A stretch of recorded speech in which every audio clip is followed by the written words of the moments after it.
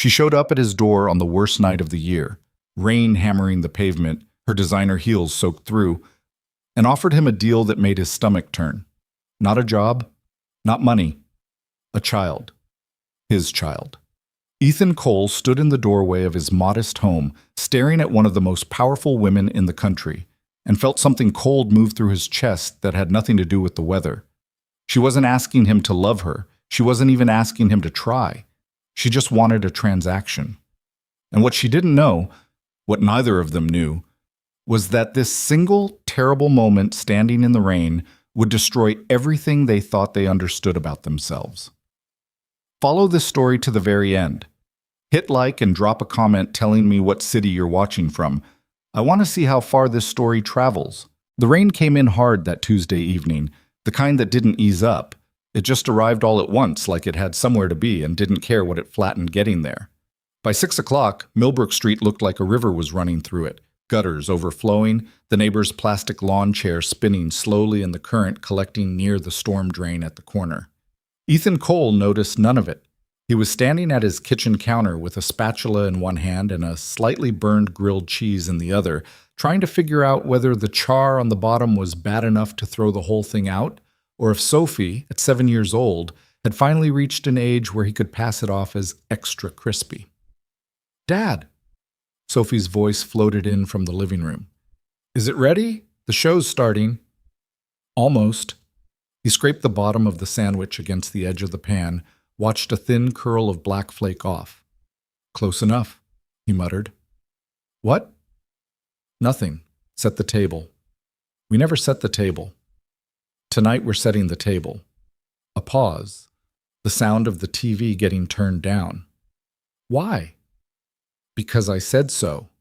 Another pause, longer this time, which was Sophie's way of registering protest without technically arguing. She was good at that. She got it from her mother, that particular variety of silence that said, "I disagree, but I'm choosing my battles." It still caught Ethan off guard sometimes, even 4 years later, how clearly he could see Claire in the way their daughter moved through a room. He plated both sandwiches, poured a glass of apple juice for Sophie and a glass of tap water for himself, and was just turning to carry everything to the table when the doorbell rang. He stopped. It was nearly 6:30. He wasn't expecting anyone. His mother was in Phoenix with his stepfather. His friend Marcus usually texted before coming over. The only other person who showed up unannounced was the landlord, and the landlord only showed up to deliver bad news. The doorbell rang again. Sophie appeared in the kitchen doorway, socked feet on the linoleum, expression already shifting toward the particular alertness children develop when adult routines get interrupted. "Who's that?" "Don't know." Ethan set the plates on the counter. "Stay here." "Can I eat while you bob?" "Sophie?" She stayed. He went to the front door and opened it, and the first thing he noticed was that she wasn't dressed for the rain. She was wearing a charcoal gray blazer over a silk blouse, slim trousers, shoes that probably cost more than 2 months of his rent, and none of it had been designed with actual weather in mind. She was soaked from the walk up his front path, hair darkened and sticking to her neck, mascara tracking slightly beneath one eye. She was holding a leather portfolio against her chest like it was a shield. "Ethan Cole?" she said. Her voice was even, controlled. The kind of voice that didn't give you anything unless it chose to. He looked at her for a moment, taking in the expensive clothes, the rigid posture, the way she was standing on his porch in a downpour and still managing to look like she expected to be taken seriously. "Yeah," he said. "My name is Serena Ashford." She extended her hand. Her grip, when he shook it on instinct, was firm and dry despite everything. "I'd like to speak with you. May I come in?" He recognized the name, not personally. He'd never met this woman in his life. But he recognized it the way you recognized a brand or a headline. Ashford Technologies, Forbes Profiles. A photo he vaguely remembered seeing on the cover of a business magazine at the dentist's office. The headline, something about disrupting the logistics industry. She was 30, maybe 31. She'd built the company from a startup she launched at 24 and had spent the last 6 years turning it into something with an $8 billion valuation, or at least that's what the article had said. He hadn't paid that much attention. What he was paying attention to right now was the fact that she was standing on his porch, which raised a number of questions he didn't immediately know how to ask.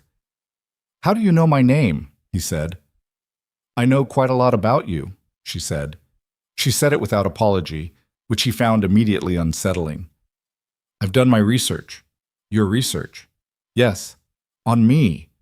"That's correct." The rain picked up another gear.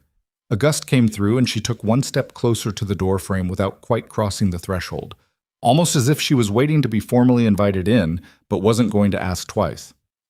Ethan stepped back. "Come in." She moved past him into the entryway and he closed the door on the rain. She looked around the hallway, the coat hooks with Sophie's backpack and Ethan's worn canvas jacket, the basket of shoes by the door, the slightly scuffed baseboards, and whatever assessment she was running, she kept it to herself. "Dad?" Sophie's voice from the kitchen. "Give me 5 minutes," Ethan called back. He turned to Serena. "What's this about, Ms. Ashford?" She held the leather portfolio out to him. He didn't take it. "I'll just explain it," she said, and something crossed her face. Not quite discomfort, but maybe the recognition that she'd miscalculated the opening. She lowered the portfolio. "I'll be direct with you because I think you'll respect that more than if I tried to build up to it." "All right." She met his eyes. Hers were dark, very steady, the kind of eyes that probably served her well in boardrooms. "I want to have a child. I've done extensive research on what that would require, and through that process I identified a number of candidates, men who possess the qualities I consider most important: character, stability, a demonstrated capacity for good parenting." A brief pause. "You were at the top of the list." Ethan stared at her. "I'd like to propose a formal agreement," she continued. "I've had a contract drawn up. The terms are comprehensive. Financial provisions for you and your daughter, a clear framework for whatever level of co-parenting you're comfortable with, a legal structure that protects all parties. I've consulted with family law specialists and a medical team. The process would begin whenever you're ready." The silence that followed was long enough that the refrigerator in the kitchen clicked on and hummed. "You're serious," Ethan said. "Completely. You're asking me to—" He stopped, tried again. "You looked into me, researched me, and then you decided to come to my house and offer me a contract to have a baby with you." "Yes." "We've never met." "No. You don't know me." "I know enough," she said, and there was no arrogance in it, which somehow made it worse. She genuinely believed what she was saying. This was, to her, a reasonable thing, a logical thing, a problem with a solution, and she'd found the solution. Something hot moved through Ethan's chest. Not quite anger yet. Something closer to disbelief burning at the edges toward anger. "I have a daughter," he said. "I know. Sophie, 7 years old. She's in 2nd grade at Millbrook Elementary. Her teacher this year is—" "Stop." His voice came out flat and quiet, which was usually the register it hit when he was past the point of raising it. "Stop talking." Serena stopped. "You researched my kid." He said it slowly, making sure he'd understood correctly. "I researched your life. She's part of your life. She's not part of a business transaction." He reached past her and opened the front door. The rain roared in. "I'm going to need you to leave." For the first time since she'd arrived, something moved in her expression. Not defensiveness, not hurt exactly, but a kind of recalibration, like a person running a calculation that was producing an unexpected result. "I understand this wasn't the Ms. Ashford." He held the door open. "I don't care how much research you did. You don't come into someone's home and treat them like an acquisition. You don't research someone's child and think that's a normal thing to do. I don't know what your life looks like, but I can tell you right now that you don't come anywhere near mine." She looked at him for a moment, then she nodded once, short, controlled, and stepped through the door. He closed it behind her. He stood in the hallway for a full 30 seconds, listening to the rain, not moving. "Dad?" Sophie appeared around the corner, grilled cheese in hand. "Is everything okay?" He turned and looked at his daughter, at her socked feet and the crumbs on her shirt, and the way she was watching him with those sharp brown eyes that missed very little. He felt the anger still moving through him, but underneath it, something else, something tired. "Everything's fine, Bug," he said. "Come on, let's eat before it gets cold. It's all." She sat in the car for 11 minutes before she told her driver to go. Serena Ashford was not, by nature, a person who sat in cars and stared at rain-streaked windows. She moved, she processed, she identified the variable she'd miscalculated, adjusted the approach, and tried again with a corrected model. That was how she operated, and it had served her extremely well for the last decade. But she sat in the car. Through the window, she could see the faint light from Ethan Cole's front room, and she could imagine, though this was not something she typically allowed herself to do, what was happening in there. A man and his daughter sitting down to dinner. Something ordinary. Something that probably happened every night in this house, a routine so established it was almost cellular. She'd interrupted it. She'd gone in there with a portfolio and a framework and a plan, and she'd watched this man's face move through disbelief and then through something that looked like genuine contempt, and she understood, sitting here now with the driver waiting and the rain coming down, that she had handled that very badly. The thing was, she'd known, on some level, that it would be difficult. Her assistant had flagged the approach as potentially aggressive. Her legal team had suggested a more gradual introduction. She'd overridden both recommendations because she believed clarity was always preferable to strategy. People appreciated honesty. She appreciated honesty. What she hadn't accounted for was that there was a version of honesty that felt, to the person on the receiving end, like being told their value had been assessed and a number had been assigned, like being evaluated rather than approached, like being an asset in someone else's portfolio rather than a person being asked something. She pressed her fingers to the leather portfolio in her lap. She was 30 years old. She had built a company from $40,000 and a rented office space in Newark into something that employed 6,000 people across 14 countries. She had survived things, real things, not metaphorical things, that would have ended most people. She didn't require validation, and she didn't spend much time wondering what other people thought of her decisions. But she sat in the car for 11 minutes, and when she told the driver to go, she was already thinking about what came after this. His name was Ethan Cole, and the facts of his life, when you listed them the way Serena's research team had listed them, were these. He was 32 years old. He'd grown up in the same mid-sized New Jersey city he still lived in, gone to the state university on partial scholarship, graduated with a degree in civil engineering. He'd married Claire Whitmore at 26 in a backyard ceremony with 40 people. He'd had Sophie at 27, bought the house on Millbrook Street at 28, and lost Claire to a car accident. Black ice, a highway entrance ramp, a pickup truck that came across the median, 3 weeks before Sophie's 3rd birthday.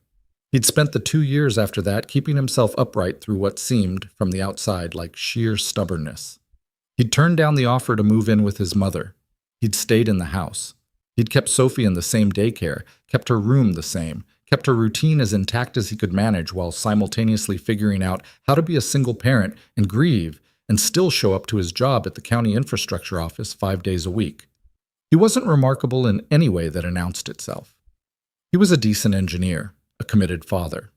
He coached Sophie's soccer team on Saturday mornings, though he didn't know much about soccer, and neither did most of the kids. He made food that was approximately nutritious and occasionally actually good. He forgot to call people back.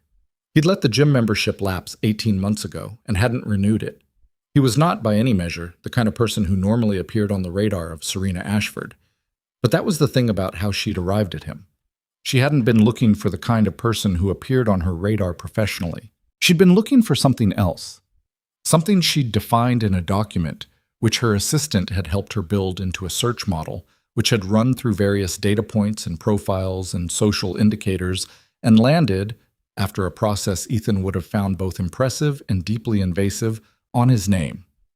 What the research hadn't captured, because it couldn't, was the specific way Ethan had looked at her when she said, "I know enough." Like she'd said something almost funny. Like she'd announced she'd read the summary of a book and now felt qualified to discuss the author. She thought about that look for a long time. He didn't think about her much that first week.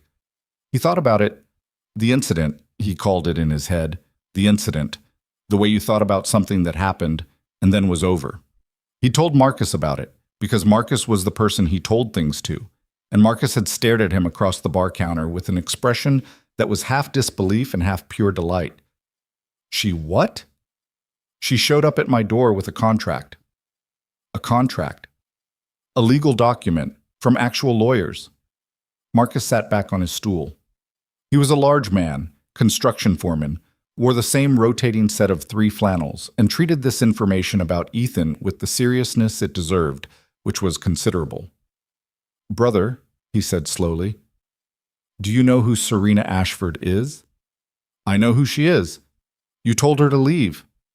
"I told her to leave." Marcus was quiet for a moment, the way a person was quiet when they were deciding how honest to be. Then he said, "Was she—" "Don't. I'm just asking, Marcus." All right. He picked up his glass. "I'm just saying, most guys—" "I'm not most guys. She researched my kid." That landed. Marcus set the glass back down. "Okay," he said. "Yeah, that's what I'm saying. Yeah." A pause. "Still, though." "Marcus—" "Gone," he said, and held up his hands. "The thought is gone." But the apology arrived on a Thursday. Not a letter, not an email, not a courier-delivered envelope, which was the form Ethan had been half expecting, because everything about Serena Ashford from their first meeting suggested a woman who communicated through formal channels. She showed up at his door again. This time it wasn't raining. It was a pale, cold afternoon in October, and she was standing on his porch in jeans and a dark coat, holding nothing. No portfolio, no briefcase. Her hair was down, which seemed like a detail that shouldn't matter but somehow did. She looked less like a Forbes cover and more like a person. He opened the door and stood there. "I owe you an apology," she said. No preamble, no working up to it. He waited. "What I did 2 weeks ago was wrong," she said. "The way I approached you, the research, the contract, showing up at your house without any warning. I treated you like a component, and I treated your daughter like a data point." Something moved in her jaw. "That was wrong. I knew it was wrong when you said it, and I've known it every day since. And I wanted to say that to you directly." He was quiet for a moment. Outside, a car passed. A dog barked somewhere down the block. "Why?" he said. She blinked. "Why did I do it? Or why am I apologizing?" "Why did you do it?" She seemed to consider several answers. Then she said, "Because I have a bad habit of converting things I'm afraid of into problems I can solve. I'm afraid of—" She stopped. Started again. "The child thing. Having a family. I wanted it enough that I turned it into a project, and projects have methodologies, and I followed the methodology without stopping to think about what the methodology looked like from the outside." A beat. "That's not an excuse. I just thought you deserved an explanation." He looked at her standing on his porch in the October afternoon. She was holding her hands loose at her sides, and there was something in her posture that he hadn't seen during the first visit, a kind of stillness that didn't feel controlled so much as careful, like she was trying very hard not to seem like she was trying. "All right," he said. "All right?" Apology accepted. He paused. "You want to come in? I was about to make coffee." Serena Ashford looked for approximately half a second, completely unprepared for that response. "Yes," she said. Yeah. Thank you." She took her coffee black, which he found mildly surprising for reasons he couldn't fully articulate. He'd expected something more complicated, a specific order, some particular preference that required explanation. But she just said black is fine and wrapped both hands around the mug and sat at his kitchen table like she was trying to figure out how to be in a kitchen. He sat across from her. "I'm still not doing the other thing," he said. "I know. I just want to be clear." "You were very clear," she said. There was something at the corner of her mouth that wasn't quite a smile. "I retained that part." He drank his coffee. She drank hers. The refrigerator hummed. Outside, the wind moved through the tree in the backyard, the one that needed trimming, that he'd been saying he'd trim for 2 years. "What made you pick me?" he said, "out of whatever list this was. Why me specifically?" She set down her mug. "Your daughter's school had a parent appreciation event last spring. There was a write-up in the local paper. Small thing, just a few paragraphs. You'd spent 3 weekends building a wheelchair ramp for the music teacher. She'd had a knee surgery, and the building didn't have good access to the side entrance where her class was. You weren't on the committee. No one asked you to do it. You just did it. He hadn't thought about that in months. It had taken 2 weekends, not 3, and he'd had to borrow Marcus's truck for the lumber. The article didn't say anything about why, Serena continued. It just said you did it, and I thought, she seemed to hear herself pause slightly. I thought, that's the kind of person I want to raise a child. Not because they're perfect, because they're good without needing a reason. He didn't say anything for a moment. That's still a strange way to find someone, he said. I know. She looked down at the mug. I don't have a lot of practice with normal. What does that mean? She looked up. It means my life has been mostly this. She gestured vaguely. Not at his kitchen, he understood, but at the general category of this. Sitting across from someone having an actual conversation. I run a company. I make decisions. I have a team and a board and investors. I have a few people I trust, and I work with them, and at the end of the day, I go home to an apartment that has excellent views and very little else. She said it without self-pity, which made it land harder. I am very good at what I do. I am not very good at... She gestured again. People, he offered. This specific kind of people, she said. The kind where it's not transactional. He thought about that. So what is this then? This conversation. She looked directly at him. I genuinely don't know, she said, which is unusual for me. Sophie came home from school at 3:15, dumped her backpack in the hallway, and stopped dead in the kitchen doorway when she saw the woman sitting at the table with her dad. Sophie, Ethan said, this is Ms. Ashford. She's a friend. He didn't know why he said that. It wasn't exactly accurate. Sophie looked at Serena with the frank, uncomplicated assessment that 7-year-olds applied to new adults. You were here before, she said. In the rain. Serena blinked. You saw me? I saw you through the window. Dad seemed upset after. Sophie said this without accusation, just fact. Then she turned to Ethan. Can I have a snack? Crackers are in the cabinet. The good crackers or the other ones? The other ones. Good crackers are for after dinner. Sophie made a face that conveyed her position on this policy clearly, and without words, then disappeared into the pantry. Serena watched her go with an expression Ethan couldn't quite read. Not discomfort, not the cold evaluation he'd seen during the first visit. Something quieter. She remembered me, Serena said. She remembers everything, he said. It's incredible and also occasionally inconvenient.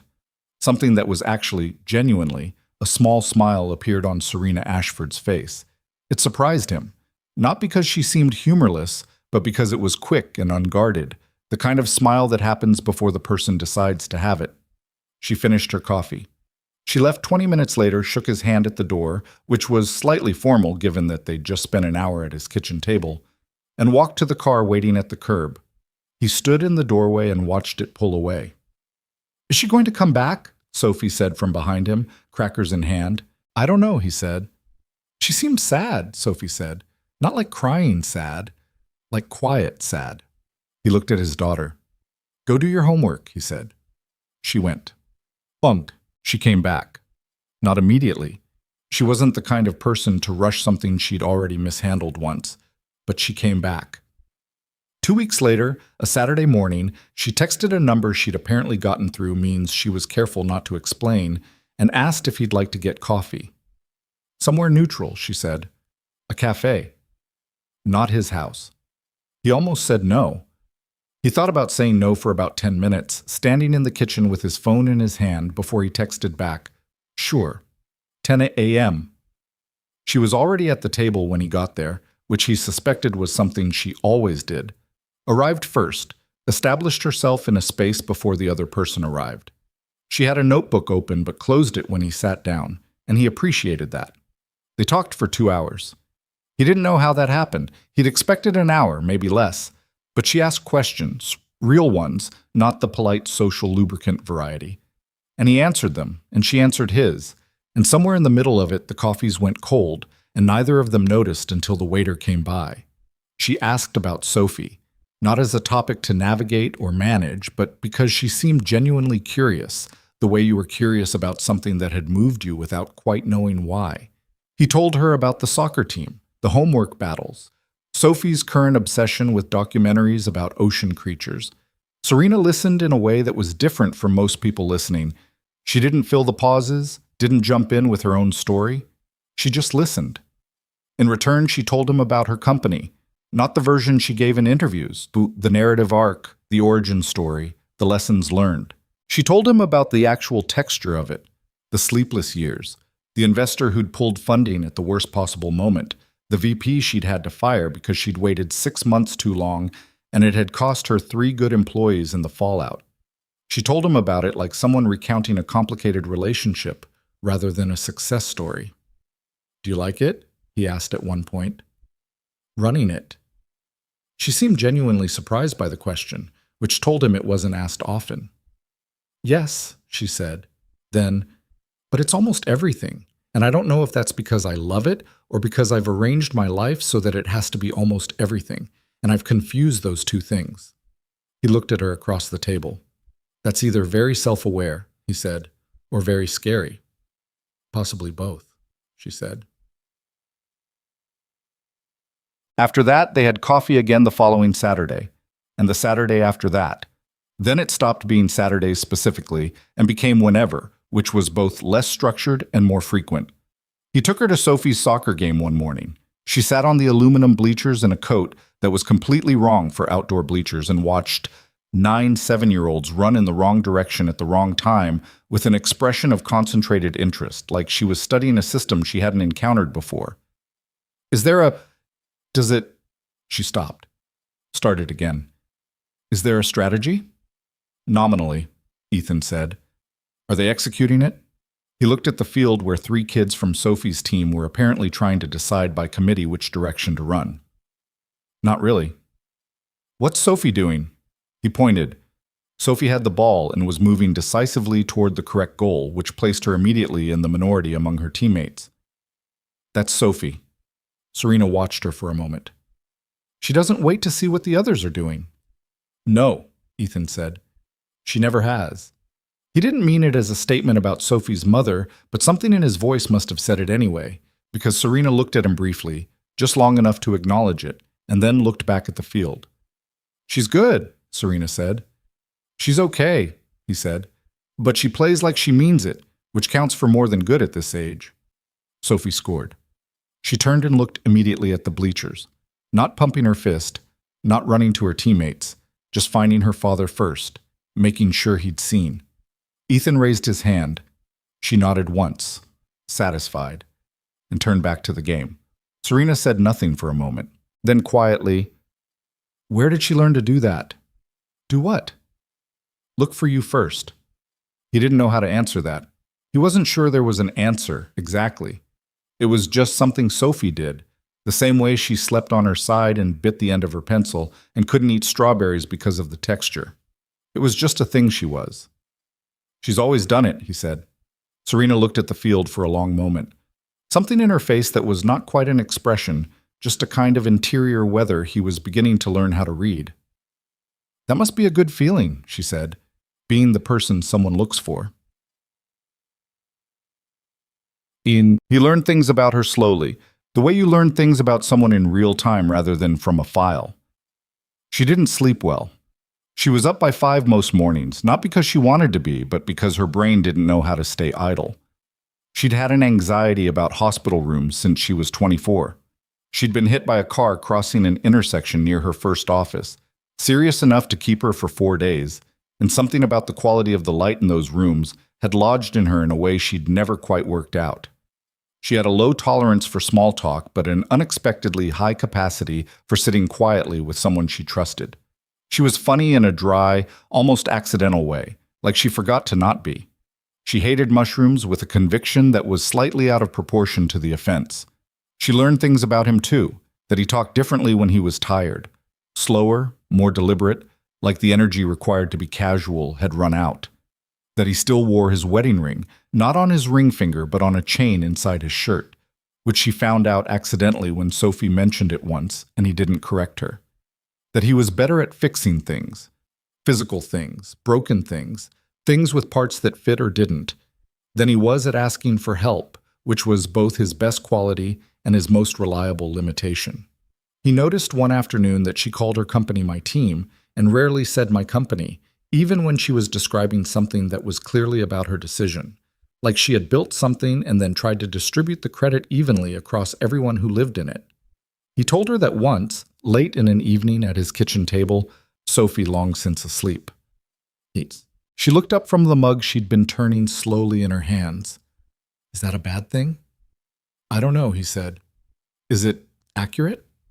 She thought about it. Actually thought about it, the way she thought about things. With her full attention, without using the thinking time to prepare her answer. "Partially," she said. "I think I take credit for the failures more than the wins, which is maybe the same instinct inverted. You blame yourself when things go wrong. I prefer to think of it as taking responsibility." "What's the difference?" She opened her mouth, closed it, looked at him. "That's a good question," she said. "I don't know if there is one." The evening she told him about the accident was in November, almost 2 months after the first coffee, and she didn't plan to tell him. They'd been talking about something else, some work conflict, a board member who was pushing her toward a decision she disagreed with, and he'd asked, almost offhand, what she was afraid of.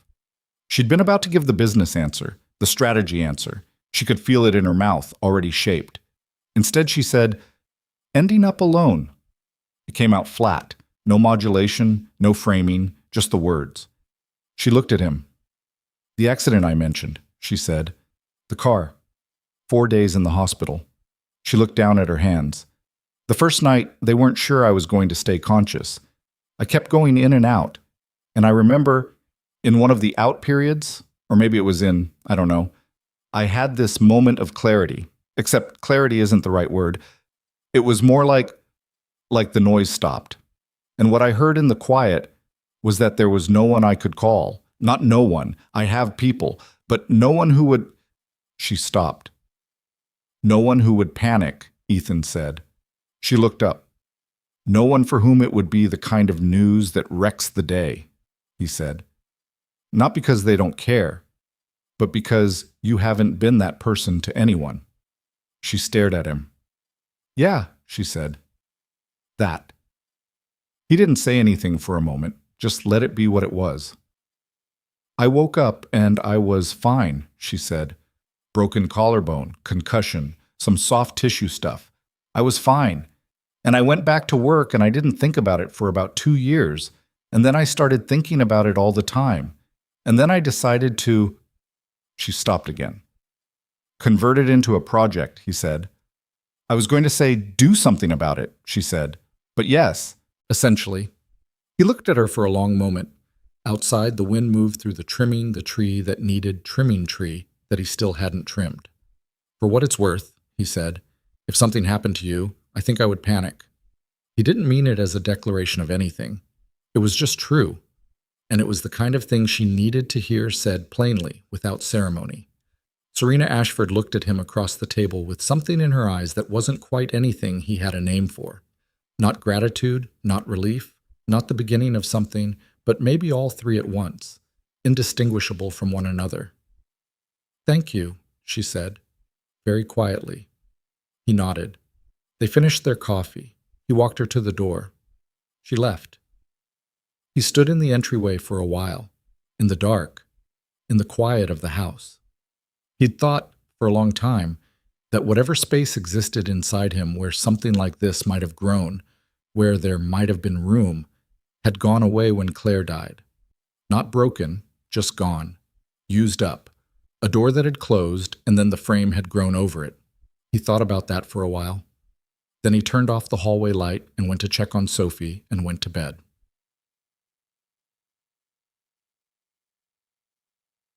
The last Saturday in November, he took Serena to see the ramp.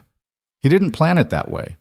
They'd been walking, something they'd started doing, just walks after coffee, because Sophie had a Saturday afternoon play date, and he had time, and Serena, he'd noticed, moved differently when she was walking than when she was sitting at a table. Less composed, more present. She paid attention to things on the street, a crack in the sidewalk, a weird shop window, a kid on a bicycle, in a way that suggested she'd spent most of her life inside cars or offices. They ended up at the school. He hadn't intended to walk that direction, but there it was, and there was the ramp at the side entrance, which he could see from the sidewalk. Serena looked at it. "That's the one," he said, "from the article." She looked at it for a moment. The wood was weathered now, 6 months on. "You built this." "I and a significant amount of lumber, yes." She looked at the ramp. Then she looked at him. Something in her face that was different from the boardroom steadiness and different from the careful stillness she'd shown on his porch that first October afternoon. "Why?" she said. "Really? Not the story you'd tell someone who asks. Why?" He thought about it. "Mrs. Reyes," he said, "the music teacher. She's been at this school for 22 years. She taught Sophie recorder last year. Sophie is—" He made a particular face. "Not naturally musical. Mrs. Reyes never made her feel like that was a problem. Just kept saying, 'You're getting it, you're getting it,' until Sophie believed her." He looked at the ramp. "After the surgery, I watched her bring her whole class through the main building, up the stairs, down 3 corridors, just to get to a room that used to be 30 feet from the parking lot. 3 weeks she did that. No one did anything." He shrugged. "I had 2 weekends." Serena was quiet. "That's it," he said. "That's the whole story." She looked at him, and for a moment he thought she was going to say something. She didn't. What she did was reach out and take his hand. Not romantically.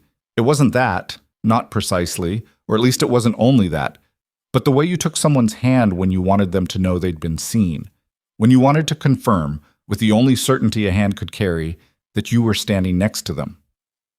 He didn't pull away. They stood there for a while, in the November cold, in front of a school that was closed and empty, next to a wooden ramp that a woman he'd met in the rain had once read about in a newspaper and used as a data point. Neither of them said anything. Sometimes that was enough. December arrived without much ceremony. A drop in temperature, the neighbors putting up lights too early, Sophie coming home from school one Friday with a construction paper snowflake and a very strong opinion about where it should hang. Ethan let her tape it to the front window, which was not where he would have put it, and then spent approximately 45 minutes not mentioning that it was slightly crooked.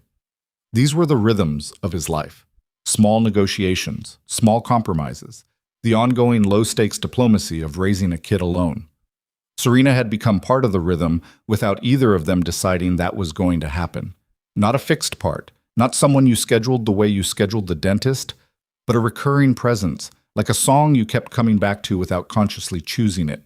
She texted sometimes. She showed up sometimes. She came to the house and sat in his kitchen and drank coffee that he suspected was worse than the coffee she had at work.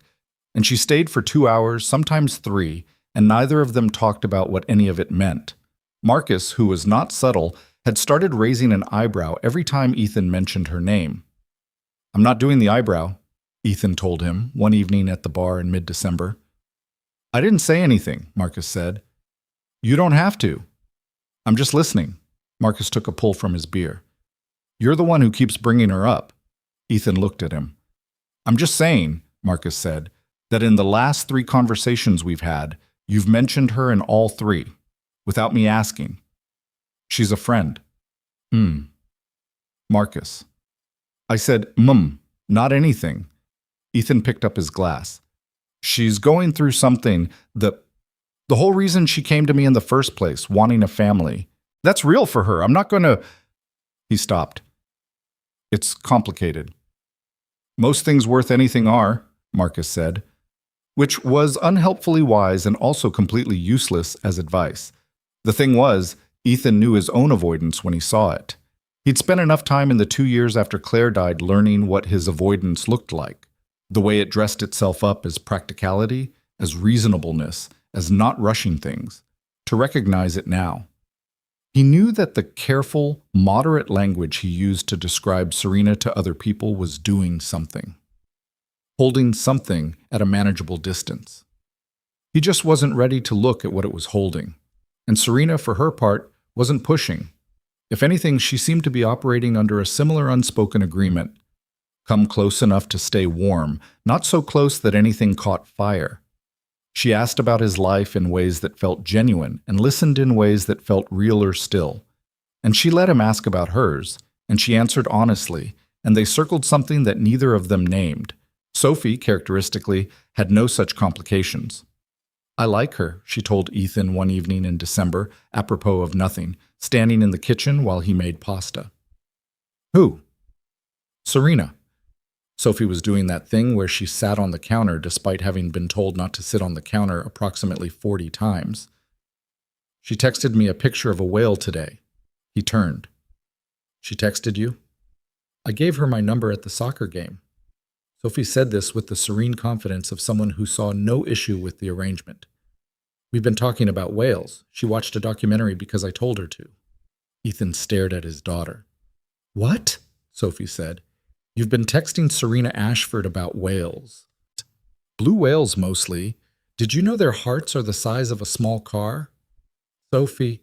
She didn't know either. She said, and I quote, Sophie pulled out her phone, the ancient hand-me-down thing she was allowed for emergencies, and which she used with a precision that still occasionally alarmed him. She said, This is the most useful information I have received this week, and I work with engineers. Sophie looked up. I think that means she thought it was cool. He turned back to the pasta. She texted you about blue whales, he said, mostly to himself. Heart's the size of a car, Dad. He didn't say anything else. But something had shifted quietly in the specific way things shifted when you weren't watching. Like the house had settled half an inch, and now the door that used to stick didn't stick quite as much. He sent Serena a message that night. My daughter tells me you've been exchanging whale facts. 3 minutes later. The heart of a blue whale weighs approximately 400 pounds. I find this extremely relevant to my work in ways I cannot yet articulate. He put his phone down. He was smiling, which he noticed because it happened before he decided to. That was new. Christmas was quiet, in the way Christmas had been quiet for 4 years. Not sad exactly, but aware of its own shape. The first year without Claire had been devastating in the specific way that holidays were devastating in grief. Everything meaningful and awful at the same time. Sophie had been too young to fully understand what was missing and old enough to feel that something was. They'd gotten through it. The years after had gotten easier, which was both a relief and its own particular loss, because easier meant the edges were softening, and softening meant moving further from something he wasn't always sure he wanted to be far from. This year, Sophie was home from school for 2 weeks. They drove to his mother's in Phoenix for 4 days over the holiday. His stepfather Phil grilled in weather that Ethan still found insane for December, and Sophie acquired enough sugar over 3 days to power a small vehicle. And then they drove back home and put the tree away and ate leftover pie and watched movies. He texted Serena on Christmas Eve, which he hadn't planned to do. Just, Merry Christmas if you celebrate. Either way, hope it's a good night. She responded 3 minutes later. I'm in my apartment eating Thai food and watching a documentary about bridges. This is genuinely my ideal Christmas Eve. Merry Christmas to you both. He showed Sophie the message. Sophie thought this was completely reasonable and said Serena should come to Phoenix next time because Phil's grilling was life-changing, a phrase she'd clearly picked up from someone and was now deploying without full context. He typed back, Sophie says you're invited to Phoenix. Phil grills year-round. She is not exaggerating when she says it's worth the trip. A longer pause this time. Then, I'll keep that in mind. Then, after another moment, thank you for texting. He stared at that last message for a while. Thank you for texting. Not thanks for the invite or sounds fun. Thank you for the specific, simple act of thinking of her and reaching out. Like it was something she received rarely enough to notice. He fell asleep thinking about that. He didn't examine why. Why? January was when things got difficult. Not between them, not yet. Between Serena and her own habits, her own history, the pattern she'd built across a decade of functioning on the principle that she could outplan anything that frightened her. She'd been in the middle of a major acquisition, a logistics software company she'd been targeting for 8 months, a deal that, if it closed, would expand her reach into a market she'd been wanting and add something like 1,400 employees to her headcount. The deal was complicated in the way large deals were complicated. multiple stakeholders, competing interests, a seller who wanted things she wasn't prepared to give, an internal team that was divided on whether this was the right moment. She was deep in it. She'd been deep in it since October, working 16-hour days with stretches that went longer, running on the kind of focus that was also its own form of adrenaline, the kind that felt like clarity right up until the moment it tipped over into something else. Ethan knew about the deal the way you knew about a coworker's big project, peripherally from what she chose to mention, in the gaps between other things. She didn't talk about work the way she used to in the careful narrative version. She talked about it now the way he imagined she talked to herself about it.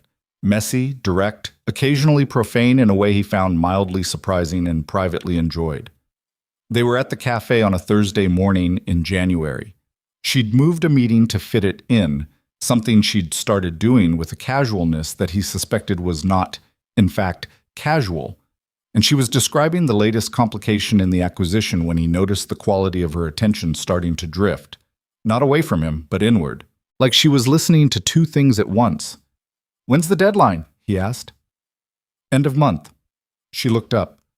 "Sorry, You don't have to apologize for thinking. I'm doing that thing where I'm here, but I'm also running 16 other threads." "I know. It's fine." She looked at him. "Does it bother you?" He considered. "Only when you apologize for it. Like you need my permission to have a complicated job." Something in her expression that was close to relief.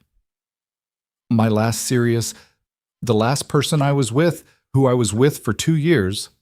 She paused. "He said I was never fully present, that he always felt like third on a list." "Were you?" She was quiet for a moment. "Probably sometimes. I don't think I knew how to. I didn't have practice being fully present with someone. I was good at showing up and not so good at being there once I arrived." "That's different now," he said, and then heard himself say it and held still for a second, waiting for her to hear it too. She looked at him. Her coffee sat untouched between her hands. "Is it?" she said. "You tell me." A pause. The cafe moved around them. Someone at the counter, the sound of milk being steamed, a woman near the window talking on the phone in low tones. "Yes," Serena said. "It's different." She picked up her coffee. He picked up his. They didn't say anything else for a while, but the air between them had changed and both of them knew it, and both of them let it sit there, rather than filling it. The thing she did, the thing that broke something open between them, happened in the second week of February. She didn't announce it. She didn't even think of it as a favor, which was part of the problem. She just did it the way she did most things. Identified what she believed was a problem, found a solution, implemented it. She knew that Ethan had been passed over for a senior engineer position at the county office the previous fall. He'd mentioned it once, briefly, not bitterly, just as a fact, the way he mentioned things he'd processed and filed. He'd applied. Someone with more management experience had gotten it. He'd moved on. That was the entirety of what he'd said about it. What Serena had noticed, separately and without telling him, was that one of Ashford Technology's infrastructure partners, a civil engineering firm that did a lot of regional public works consulting, had an opening for a senior project lead. The kind of role that was a significant step up from Ethan's current position, better pay, better title, the sort of thing that could open doors. She made a call. Not to get him the job. She was careful about that, careful enough to tell herself she was being careful, but to make sure his resume made it to the right desk, to put his name in a room where it might be heard. She told herself this was reasonable. She had connections. She used connections. That was how the world worked, and she was simply helping him navigate a world he didn't have access to. She was not overstepping. She was being helpful. The word she reached for was resourceful, though a less comfortable word was available if she'd wanted to look at it. She would have told him eventually. She told herself that too. He found out before eventually. One of the engineers at the firm, a man who'd gone to the same state school as Ethan and recognized the name on the resume, mentioned to a mutual connection that Serena Ashford had flagged Ethan Cole's application. Word moved the way word did in a professional world that was smaller than people thought, and it reached Marcus. And Marcus, who loved Ethan but had a limited capacity for holding information he thought was important, called him on a Wednesday afternoon. Ethan heard it, said very little, hung up. He sat in his truck in the county office parking lot for a while, not moving. Then he called Serena. She picked up on the second ring. "Hey, did you call someone at Hartley Engineering?" A pause. Not long. "I put your name forward, yes. I thought, without asking me. I thought you'd want the opportunity. Did you ask me? Ethan, did you ask me?" His voice was still quiet. He didn't have the register where quiet meant calm. He had the other one, the one that meant the opposite. "No," she said. "I didn't ask you. You went around me," he said. "You looked at my career, which you know about because I told you about it, because I trusted you with it, and you decided it needed fixing, and you went and fixed it without saying a word to me. I didn't fix anything. I made a call. Serena." He stopped, breathed. "I spent 3 years after Claire died being treated like a situation that needed managing, by my mother, by well-meaning people at the office, by everyone who looked at me and saw a problem to solve. I spent 3 years telling everyone that I didn't need, that I was capable of—" He stopped again. "I told you that. I told you that. And you still did this." The silence on the phone was different from the silences in his kitchen. This one had weight. "You're right," she said. Her voice was flat in a way that he'd learned meant she was holding something down. "I didn't think about it that way. I should have." "Why did you do it?" "Because I wanted to help you," she said, and then quieter. "Because I'm afraid of what it would mean if I couldn't." He heard that. He heard exactly what that was, and what it was doing inside her, and a part of him, the part that wasn't furious, recognized it clearly, the way you recognize something in someone else that you'd also carried around for a long time. "That's about you," he said, "not me." She didn't answer. "I'm going to need a day," he said. "All right. I'm not," he exhaled, "I'm not ending this. Whatever this is. I'm not doing that. But I need a day." "Okay," she said. He hung up. He sat in the parking lot until it was too cold to sit anymore, then drove home, made dinner, helped Sophie with a book report on an animal of her choosing. She'd chosen the blue whale, which should have surprised him, and didn't, and went to bed. He lay in the dark and thought about what she'd said. "Because I'm afraid of what it would mean if I couldn't." He knew that fear. He knew it from the inside, which was the only way you could actually know a fear rather than just describe it. After Claire, he'd spent months trying to control every variable he could reach: the house, the routine, Sophie's schedule, his own schedule. Not because he thought it would bring her back, but because control was the only thing that stood between him and the feeling that anything could be taken at any moment without warning. You held on tight to the things you could grip because you knew, at the bone level, what it felt like when something slipped. That was what Serena did. She held on tight. She gripped. She fixed things before they could break. The problem was, you couldn't fix people. And if you tried, the people eventually noticed, and then you had a different problem. He knew she knew that. He thought she'd probably known it for years, the way you could know something and still not be able to stop doing it. She called the next evening. He picked up. "I've been thinking," she said, "about why I did it, and I think I was honest when I said I was afraid, but I don't think I was fully honest about what I was afraid of." A pause. He didn't fill it. "I think I'm afraid that if I don't have something to offer, something useful, some way of being valuable to the people I—" Another pause. Longer. "I've never known how to be in something without pulling my weight in some measurable way. My company, my team, any relationship I've ever had. I convert caring into doing because doing is something I know how to evaluate. And I applied that to you, which was wrong, and I'm sorry." He was quiet for a moment. "That's a real thing," he said. "I know. But you understand that when you do it to me, specifically, after everything I've told you, it felt like I wasn't listening," she said. "Like I heard you and then acted like I hadn't." "Yes," he said. "That's exactly what it felt like." Another silence. Shorter this time. I don't know how to turn that off, she said. The impulse to fix. I've been doing it since I was probably 12 years old, and I don't know how to just sit with caring about someone without trying to do something about it. You don't have to turn it off, he said. You just have to ask first. Ask. Yeah, you could have said, there's a job you might be interested in. Do you want me to put your name in? I would have said no, probably, because I'd rather get there on my own.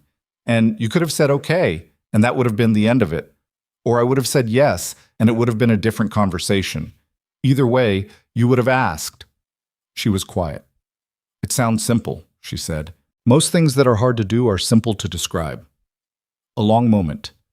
Then, very quietly, I have a lot of practice with a lot of things. Being in something like this isn't one of them. Neither is it for me, he said. We can be bad at it together. He heard something on her end, a small exhale that was close to a laugh, and also close to something else. Okay, she said. Okay, he said. He withdrew the job application the next morning, which was the right call, and had nothing to do with Serena. He wanted to get the next thing on his own terms, and that hadn't changed. But when he thought about it, he found that the anger had gone down to something smaller. Not gone. Small. That felt like something. He wasn't sure what, but something. March came, which in New Jersey meant weather that couldn't decide, and Sophie got a cold that ran for 2 weeks, the persistent low-grade variety that wasn't bad enough to keep her home from school, but bad enough to make her miserable in the evenings. Ethan made soup from a recipe Claire's mother had given him years ago, and which he'd never quite gotten right. It was always either too salty or somehow both too thin and too heavy at the same time. And he sat on the edge of Sophie's bed while she ate it, and they watched the ocean documentary she'd been trying to get him to watch for 2 months. She fell asleep with the bowl still half full, which was the most reliable indicator that she was actually sick. He sat there for a while in the blue light from the TV, watching her sleep. She was doing that thing she did sometimes, sleeping with her mouth open slightly, one fist tucked under her chin, completely unconscious of herself in the specific way you were only completely unconscious of yourself when you felt safe. He thought about what it had cost to get her to this. Not money, though there was that too, the other kind. The daily grinding work of showing up even when you had nothing left, of being steady even when steady was the last thing you felt. The 5 a.m. mornings when she was a toddler and the nightmares that went on for a year after Claire died, and the parent-teacher conferences he'd gone to alone, and the forms he'd filled out alone, and the decisions he'd made alone, and the way alone had slowly become something he'd built a life inside of rather than a condition he was passing through. He wasn't lonely, exactly. He had Sophie and Marcus and his mother, and a job that was tolerable most days and occasionally genuinely interesting. He had a life that was full of the things that mattered. But there was a particular aloneness that came from being the only adult in a house, the person who knew where everything was, the person who remembered every appointment, tracked every permission slip, held every thread, the person no one was taking care of because taking care of things was the role he occupied. He hadn't let himself think about that much. It had felt like ingratitude. Sitting on Sophie's bed in the blue light, he let himself think about it. And then, because his phone was in his hand and it was late, and he was tired and his defenses were accordingly weaker than they might have been otherwise, he texted Serena. Sophie's sick. Just sat with her till she fell asleep. Nights like this I forget I'm supposed to be enough. He stared at it for a second after he sent it. Too honest, maybe. More than he'd meant to send.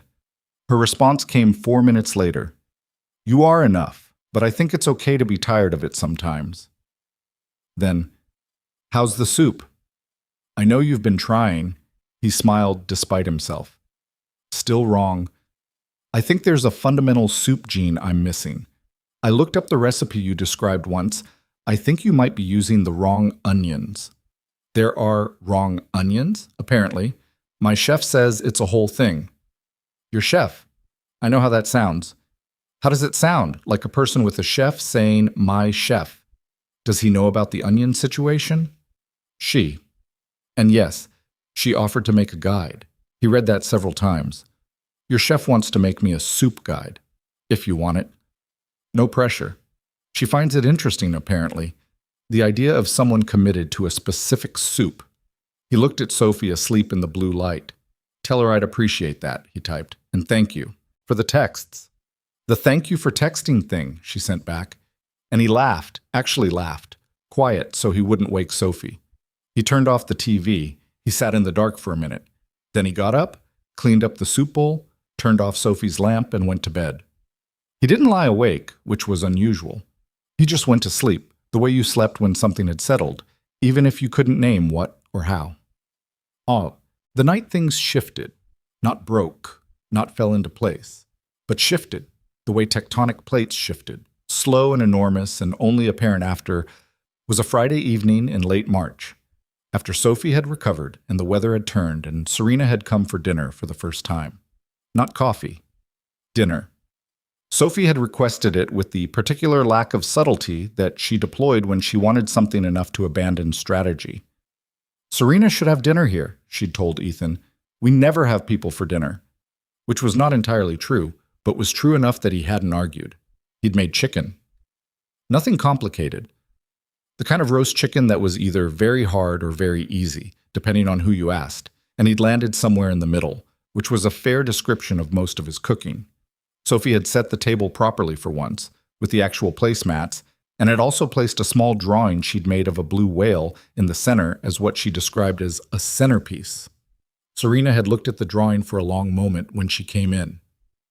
"Did you do this?" she asked Sophie. "The heart's the size of a small car," Sophie said seriously. "I know," Serena said. "You told me." She looked at the drawing. "Can I have this?" Sophie considered this with the gravity it deserved. "Yes," she said, "but I want a copy." "Deal." Dinner was loud in the way dinner was loud when Sophie was involved. Not chaos, but noise. The particular noise of a 7-year-old who had been essentially silent all day at school, and now had an audience and a lot of thoughts about marine biology, and also her friend Priya's cat, and also a thing that had happened at recess involving a basketball, and a misunderstanding that grew in detail with each retelling. Serena listened to all of it. She didn't perform interest. Ethan had seen what her performed interest looked like, the board meeting attention that was engaged but managed. This was different. She looked at Sophie the way she looked at things she was trying to understand, genuinely, without a predetermined category to put them in. At one point, Sophie asked, with the total absence of social filtering that characterized her best moments, "Do you want kids?" The table went quiet. Ethan opened his mouth. "Yes," Serena said. No hesitation. "Why?" Sophie said. Ethan thought, here we go. Serena looked at Sophie for a moment. "Because I want a family," she said. "I've wanted one for a long time. I just didn't know how to get one in a way that made sense." "How do you get a family?" Sophie asked. "You find people," Serena said, "and you stay." Sophie seemed to process this. Then she nodded, apparently satisfied, and returned to her chicken. Ethan looked at Serena across the table. She was looking back at him. Neither of them said anything. Sophie said, "Dad, your chicken's better than last time." "Thank you," he said. "It's not as dry." "Noted." "Serena, is yours dry?" "Not at all," Serena said, and her voice was very steady, which was different from composed. He kept his eyes on his plate for a moment. The chicken that was not as dry as last time, the whale drawing in the center of the table, the sound of his daughter talking. He was aware, in the way you were sometimes aware of something large without looking directly at it, that what he felt right now was not nothing, had not been nothing for a while. He was also aware that awareness was not the same as being ready. He cleared the dishes. Sophie went to do her reading for school. Serena stayed at the table with her wine, and he came back and sat across from her, and they talked for an hour after Sophie went to bed. Nothing important, nothing that would be remembered as the night they said the thing. Just talk, moving from one thing to another, the way conversation moved when you'd accumulated enough history with someone that you didn't need to build context for everything. She left at 10:30. He walked her to the door. She got her coat. She turned around in the doorway with the porch light on, and for a moment neither of them moved. "Thank you for tonight," she said. "Sophie invited you," he said. "I know." A small pause. Thank her for me. I will. She looked at him for a moment, something in her eyes that was the same thing he'd felt at the table and couldn't yet say out loud. Good night, Ethan, she said. Good night, he said. She walked to the car. He closed the door. He stood in the hallway with his hand still on the doorknob. He had spent 4 years building walls around certain rooms inside himself.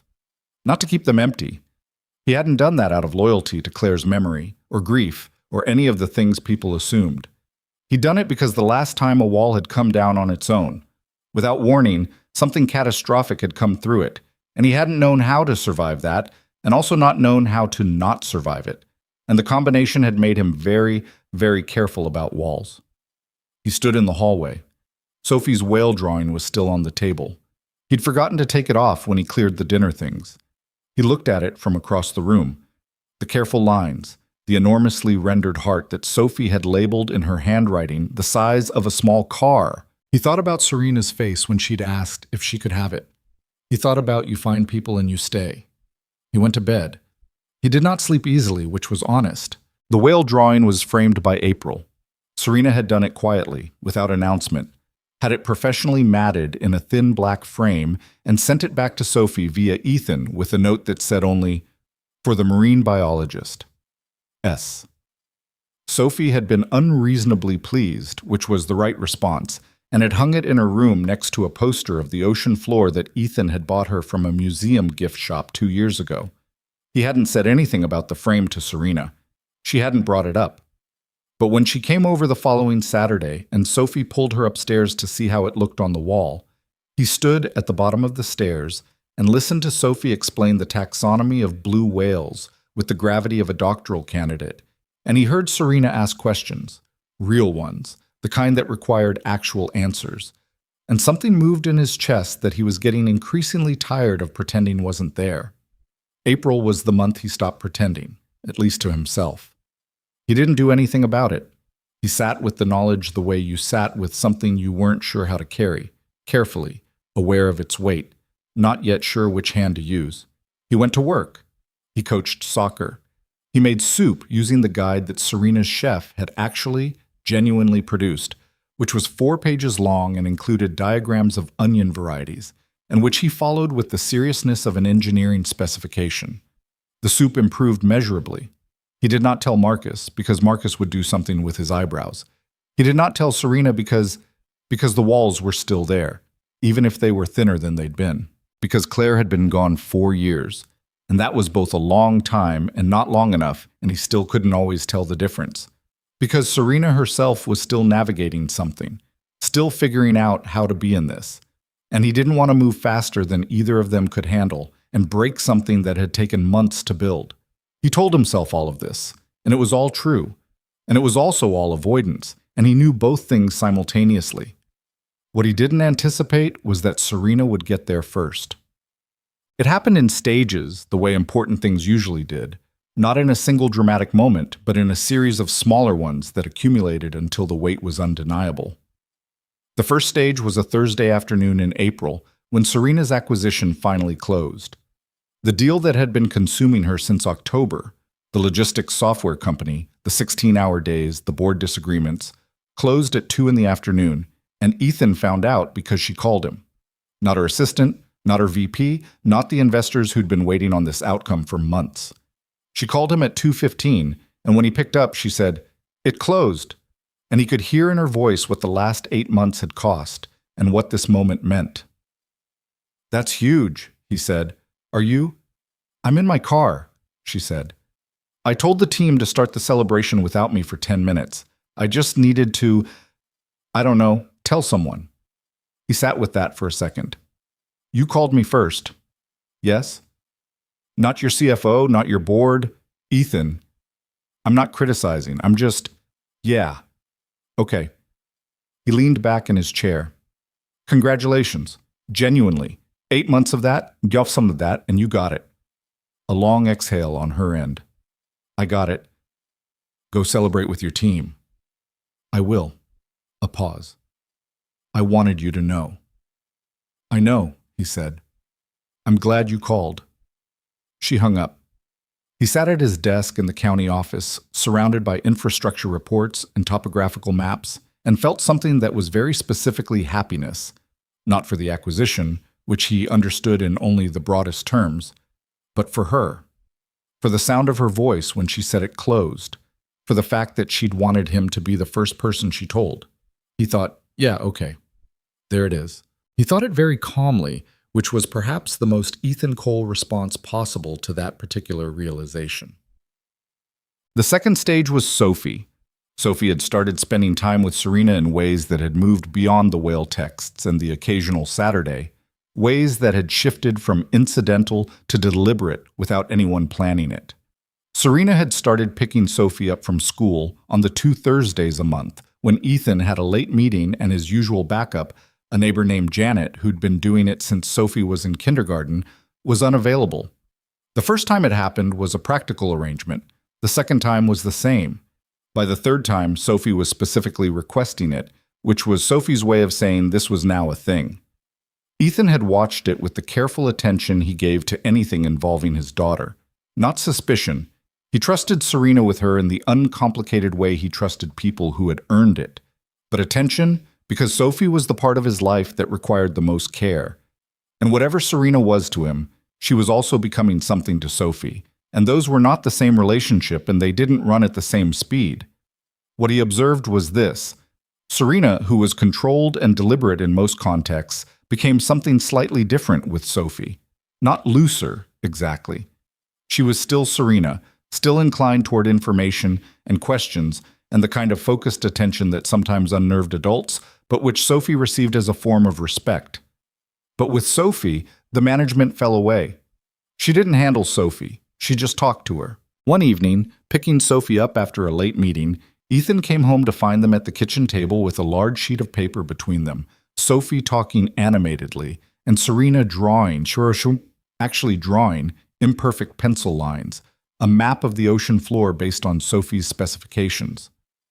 "The Mariana Trench is here," Sophie was saying, pointing, "and it goes way deeper than Everest is tall, which nobody ever believes me about." "I believe you," Serena said. She was drawing something that was approximately a trench. "How much deeper?" "Like 7,000 feet more." "That's..." Serena did something with her mouth that was genuine surprise. "That's significant." "Dad doesn't think it's that impressive," Sophie said, which was an unfair characterization. Ethan had said it was impressive. He'd said it while making dinner, and probably not with sufficient conviction. "Your dad is not a marine biologist," Serena said gravely. "Neither are you." "No, but I'm learning." She added something to the drawing. "How's this?" Sophie examined it. "The trench is too wide." "Everything is too wide when you're drawing it." "That's not true. The abyssal plain is supposed to be wide." "You know what the abyssal plain is." "I know what everything is."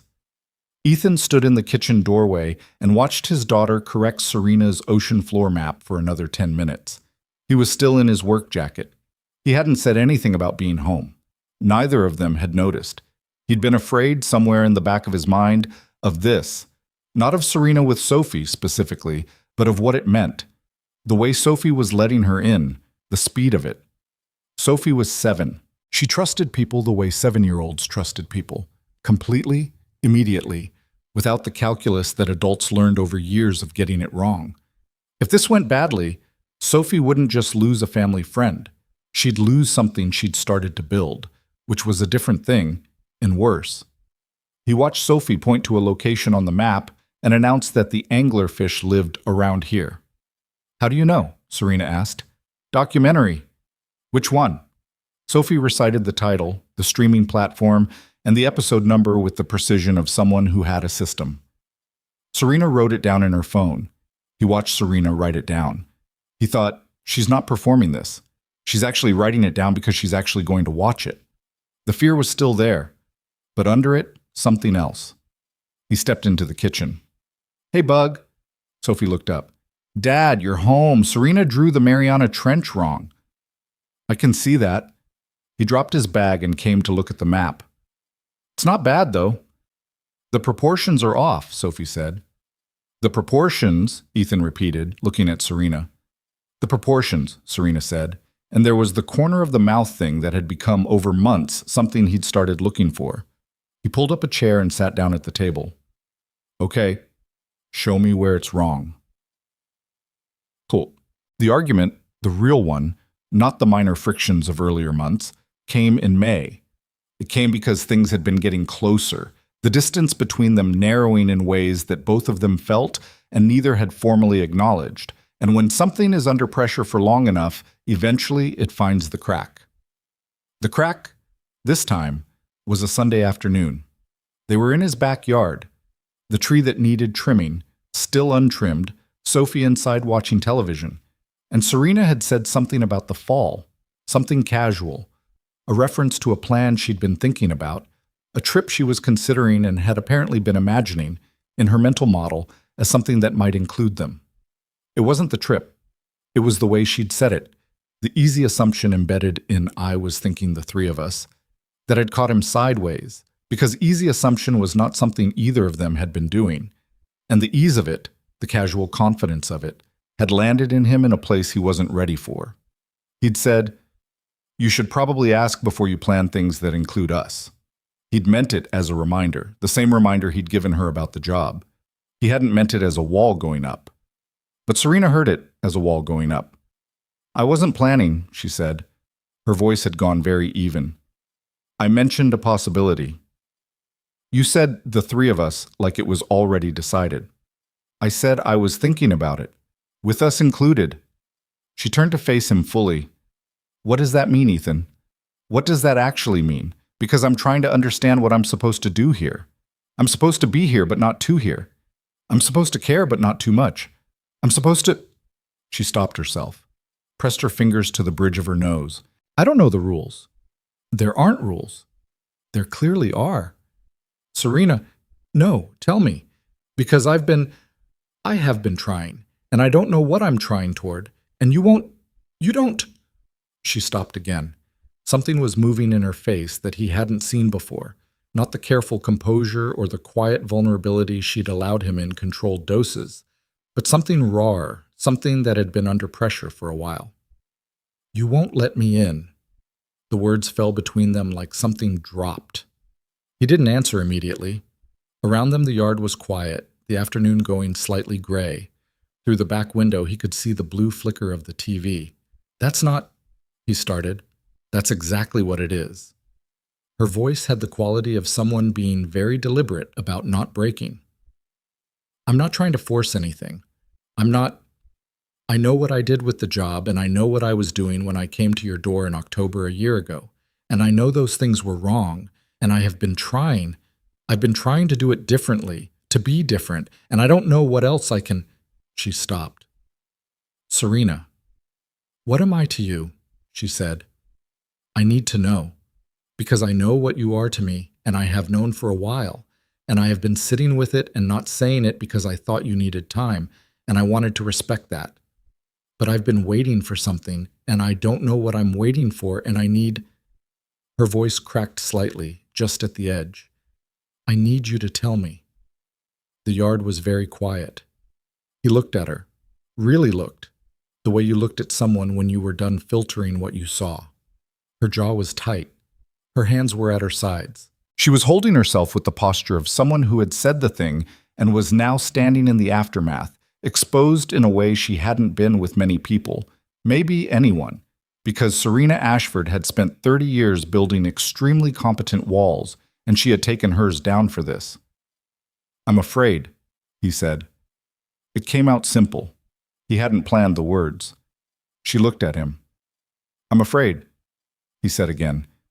"That's the honest answer. Not of you, not of what this is, of what happens after, of what it costs if it doesn't work. Because the last time I loved someone and lost them—" He stopped. Felt the old thing move through him, the one that never fully went away, just lived somewhere quiet and came out in the yard on Sunday afternoons. "It didn't break me in a clean way. It broke me in the kind of way where you can put it back together, but it's never quite the same shape, and you spend years figuring out how to live in the shape you've become. And I have Sophie to think about, and she's already—" He gestured toward the window. "She's already in this. Whatever this is, She's already attached. So if I let myself go the rest of the way and it doesn't work, I'm not the only one who loses something. Serena was quiet for a long moment. I know, she said. I don't say that to... I know, she said. Ethan, I know. I'm not asking you to not be afraid. I'm asking you to tell me so I'm not standing here alone in it. She looked at him directly. I'm afraid too. I've been afraid of this since the day on the porch in October when you closed the door on me. Because even then, I knew this was different. I have been afraid of wanting this and not getting it, of getting it and losing it, of being too much or not enough or doing it wrong. A breath. I am not good at this. I have never been good at this. I have tried to be good at it by being useful, and I know that's not the same thing, and I'm trying to learn the difference, but I need you to meet me somewhere. The gray afternoon sat around them. He took 2 steps across the yard and stopped in front of her. I know what you are to me, he said. I've known for a while. I've just been afraid, she said. Yeah, he said. That. She looked at him. Her eyes were very dark, very steady, and underneath the steadiness, something that wasn't steady at all. Then be afraid, she said. Just don't do it alone. He reached out and took her hand. Not the way she'd taken his in November outside the school. That had been something offered. This was something held. She looked down at their hands, then she looked up. Neither of them moved for a moment. The TV flickered through the window. The tree that needed trimming moved slightly in the afternoon wind. Then Sophie's voice from inside, Dad, the episode is over. Can we watch another one? He closed his eyes briefly. How many is that? He called back. Only 2. What does only mean in this context? A pause. It means 2 is not that many. He opened his eyes. Serena's mouth was doing the corner thing. We should go in, he said. We should, she said. Neither of them moved for another 10 seconds. Then they went in. The thing about a wall coming down was that it didn't happen all at once. It happened in pieces, and sometimes the pieces fell in the wrong order, and sometimes you had to stop and figure out what you were doing before you could continue. In the weeks after the backyard, something between them loosened. Not completely. They were still 2 people with significant personal histories and limited practice at this specific kind of closeness.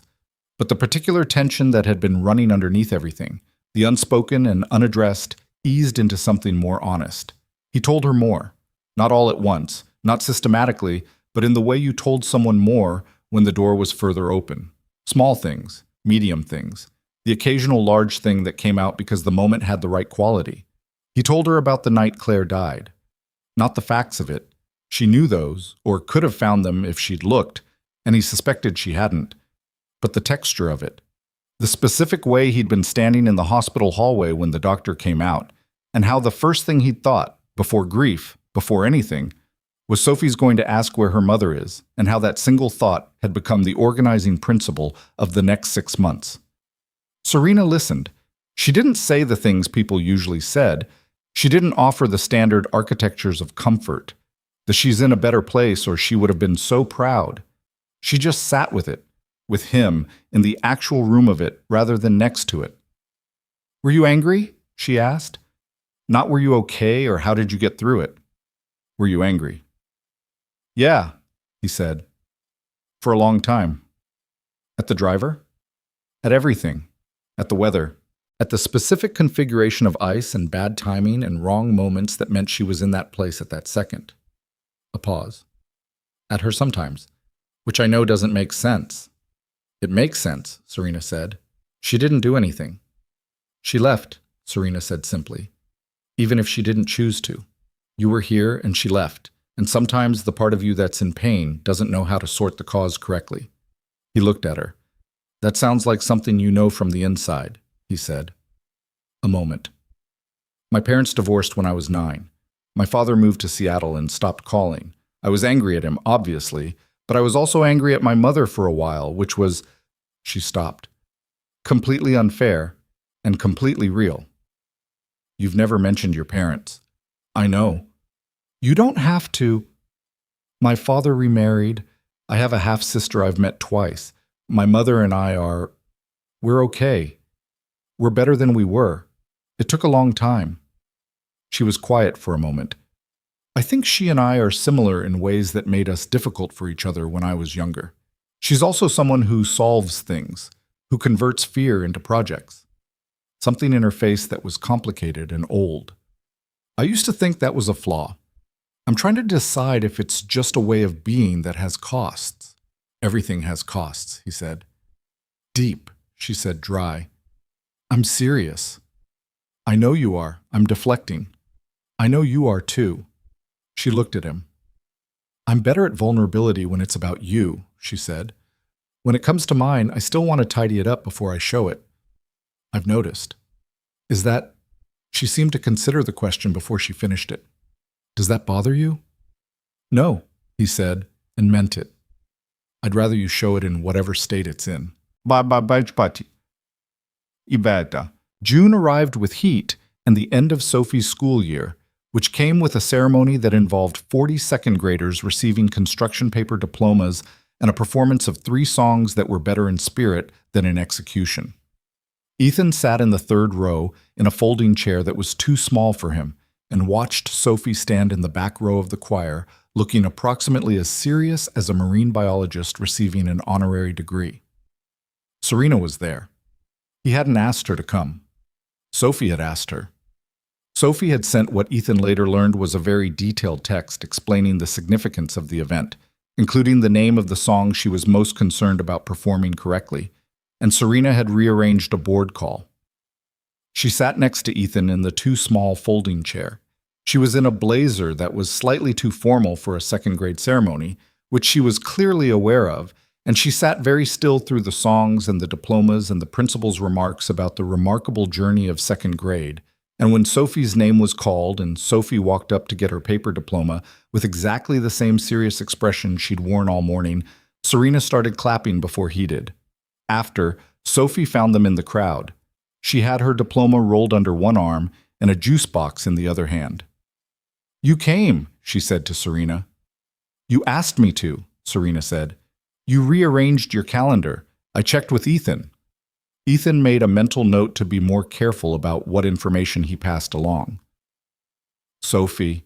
It's okay, Serena said. She's right, I did. She looked at Sophie. You sounded good. The third song was hard, Sophie said seriously. The rhythm is complicated. You got it, though. Mostly. Sophie looked at her diploma, then up. Are you coming to lunch? Ethan had made no such plan. We're going to lunch, Sophie clarified to him. Right? I thought we'd go somewhere, he said, because apparently they were. Sophie turned back to Serena. You should come. Serena looked at Ethan. He gave the smallest shrug. Up to you, genuinely. Where are we going? Serena said. The burger place, Sophie said. Dad always says it's a special occasion place, and this is a special occasion. It is, Serena agreed. They went to the burger place, which was loud and slightly chaotic, the way places were when they were genuinely popular, rather than popular because someone had decided they should be. Sophie ate most of her food and all of Ethan's fries while explaining the third song's rhythmic challenges in detail. Serena ate her burger and listened, and occasionally asked questions that made Sophie explain further. At one point, Sophie said, Are you and my dad dating? Ethan set down his water glass. Serena was very still for a fraction of a second. Then, What makes you ask? Priya's parents dated for a year before they said they were dating, Sophie said. Priya says you can tell because of how they look at each other. How do people look at each other? Serena said. Sophie thought about it. Like they're paying attention, she said. Like the other person is interesting. A beat. That's a good way to put it, Serena said. So are you? Ethan picked his water glass back up. This was Sophie's move and Sophie's conversation, and he was, for the moment, an observer. Serena looked at Sophie directly, the way she always looked at Sophie when she was being asked something real. We're figuring it out, she said. Is that okay? Sophie considered this with the seriousness she gave significant matters. Yes, she said, as long as you don't take forever. Priya says a year is a long time to figure things out. Priya has opinions, Ethan said. Priya has good opinions, Sophie corrected. She was right about the haircut. The haircut was fine. Dad, it really wasn't. Serena was looking at her menu with an expression of concentrated neutrality that meant she was trying not to laugh. Priya said 6 months is more reasonable, Sophie added helpfully. I'll pass that along, Ethan said. Sophie ate the last of his fries. What? It was July when it happened. The summer had been warm and loose in the way summers were when nothing was pressing. Sophie had a day camp she liked, Tuesday through Thursday. Ethan had taken on a new project at work, a bridge assessment out near the county line that required actual field time, which he'd been wanting. He was better outside than in the office, always had been. Serena's acquisition was integrating, which meant a new category of complicated, but she was managing it with the particular dark humor she deployed when something was difficult, and she'd decided not to let it beat her. They'd settled into something that didn't have a formal name, but had a very clear shape. She was at his house 3 or 4 evenings a week. He'd been to her apartment twice, the one with the excellent views and the chef who had produced the soup guide, and had found it exactly what she'd described. Beautiful, empty of the things that made a space feel like someone actually lived in it. There were books, which were well organized and clearly read. There was art on the walls, which was good and carefully chosen and somehow impersonal. There was a kitchen that was perfect and a living room that looked like a well-designed waiting room. The second time he was there, he'd said, "You should put something on the coffee table." She looked at it. Like what? Something. Anything. A coaster. A bad candle. Something that looks like you live here. She looked at the table for a long time. I don't know what I'd put. He thought about this. Do you have anything from before the company? Before the career? Anything from when you were younger? I have a photograph, she said. From college. Some friends from my first year. We lost touch. Put that out. It's just a photo. I know. She looked at him. That's the point, isn't it? That's the point, he said. She put the photograph on the coffee table the following week.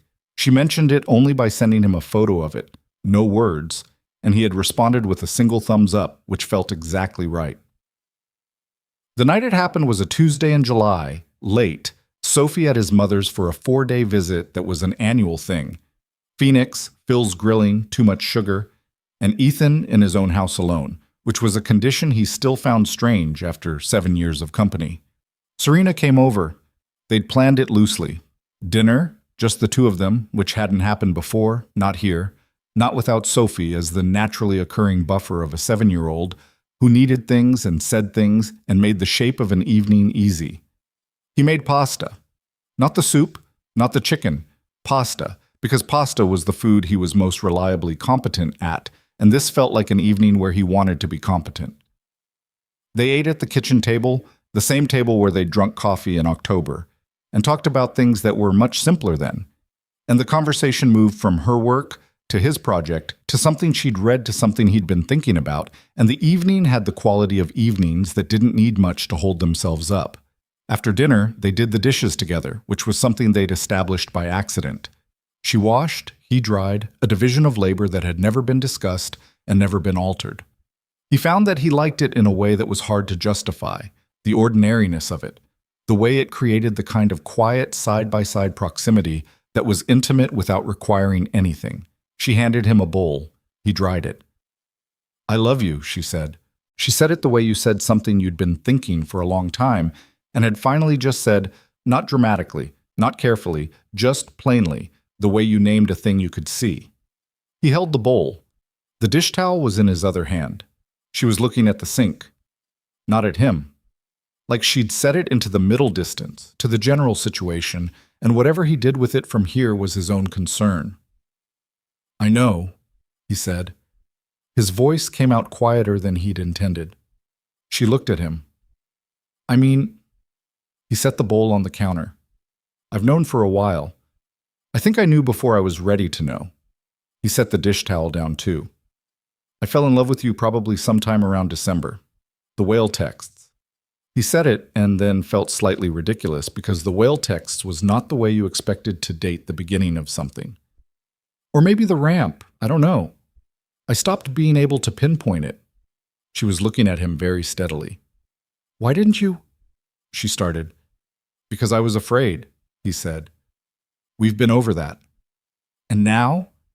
He reached out and put his hand on the side of her face, the way you did something you'd thought about and were finally done thinking about. She went very still. I'm still afraid, he said. But you said not to do it alone. She looked at him for a long moment, in a way that was different from all the other ways she'd looked at him over the last 9 months. The careful boardroom assessment and the quiet vulnerability and the unguarded moments he'd learned to catch. This was something else.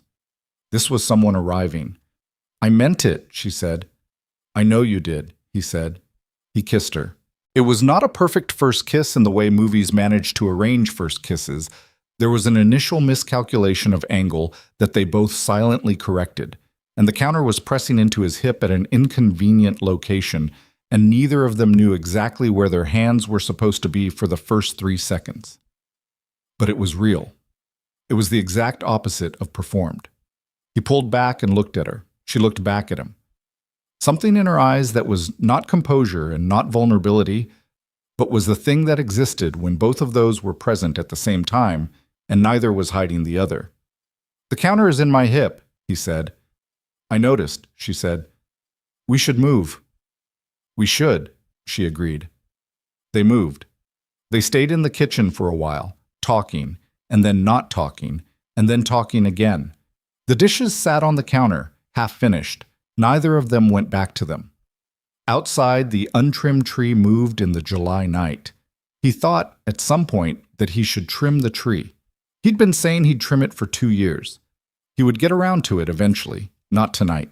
Sophie came back from Phoenix with a tan line from Phil's pool, a jar of his dry rub that she'd apparently negotiated as payment for helping him grill, and a very specific energy that Ethan recognized as a child who had been given slightly too much freedom for 4 days and was now recalibrating to the existence of rules.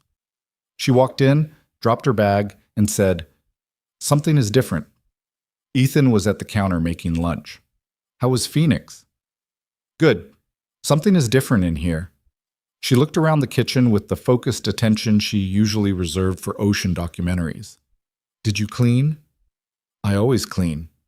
"Not like this." She ran a finger along the counter, then she looked at him. "Did Serena come over?" He turned back to the sandwiches. "We had dinner Tuesday." Sophie was quiet for a moment, which was never a good sign. Quiet Sophie was processing Sophie. "And," she said, "and we had dinner. Dad." "Sophie."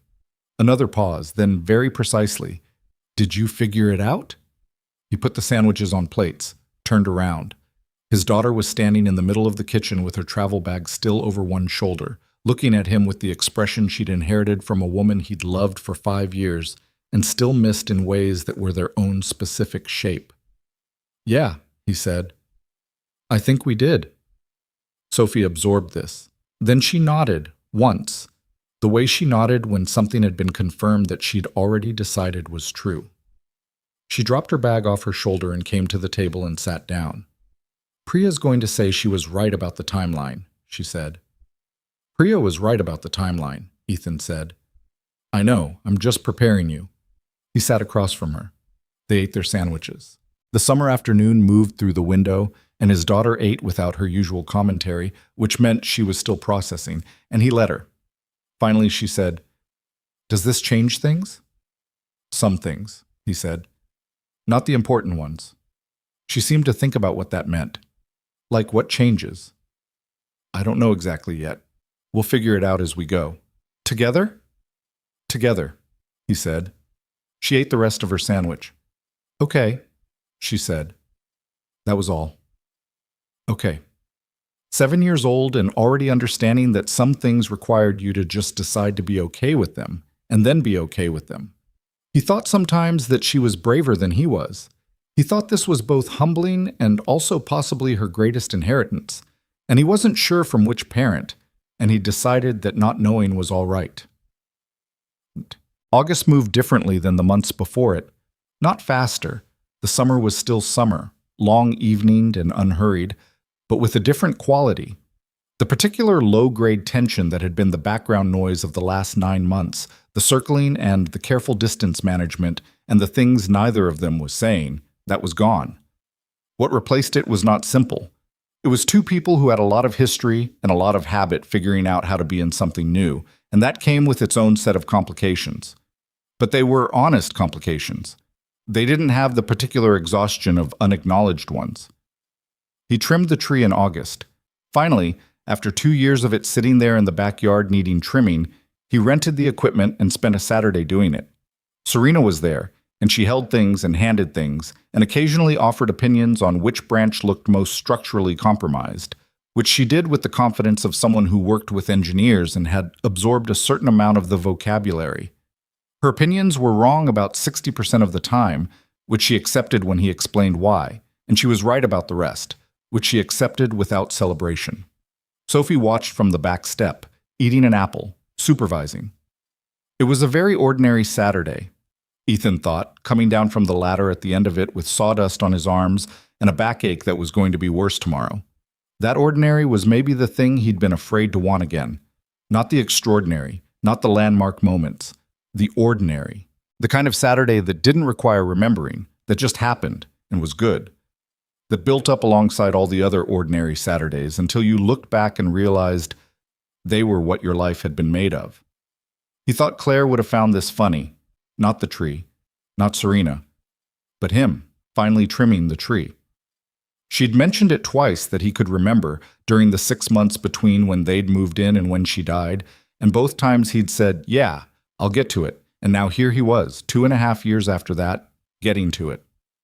"You okay?" Serena said. She was handing him a water bottle, looking at him with the specific attention she gave things when she thought something was happening under the surface. "Yeah," he said, "just thinking about something." She didn't push. She'd gotten better at that, at not filling the space when it wasn't hers to fill.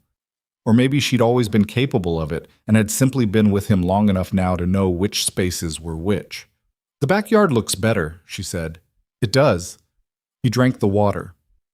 2 years. "You got to it," she said. "I did."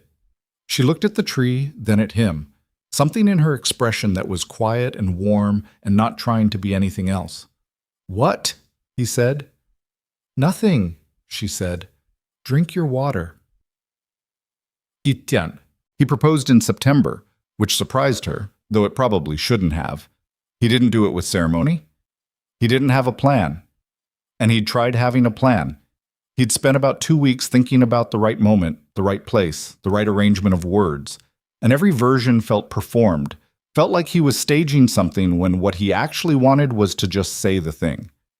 So he said the thing. They were in her apartment, a Sunday evening, the photograph from college on the coffee table, and the view of the city through the windows, and she'd been telling him about something that had happened at work that week, something that had frustrated her.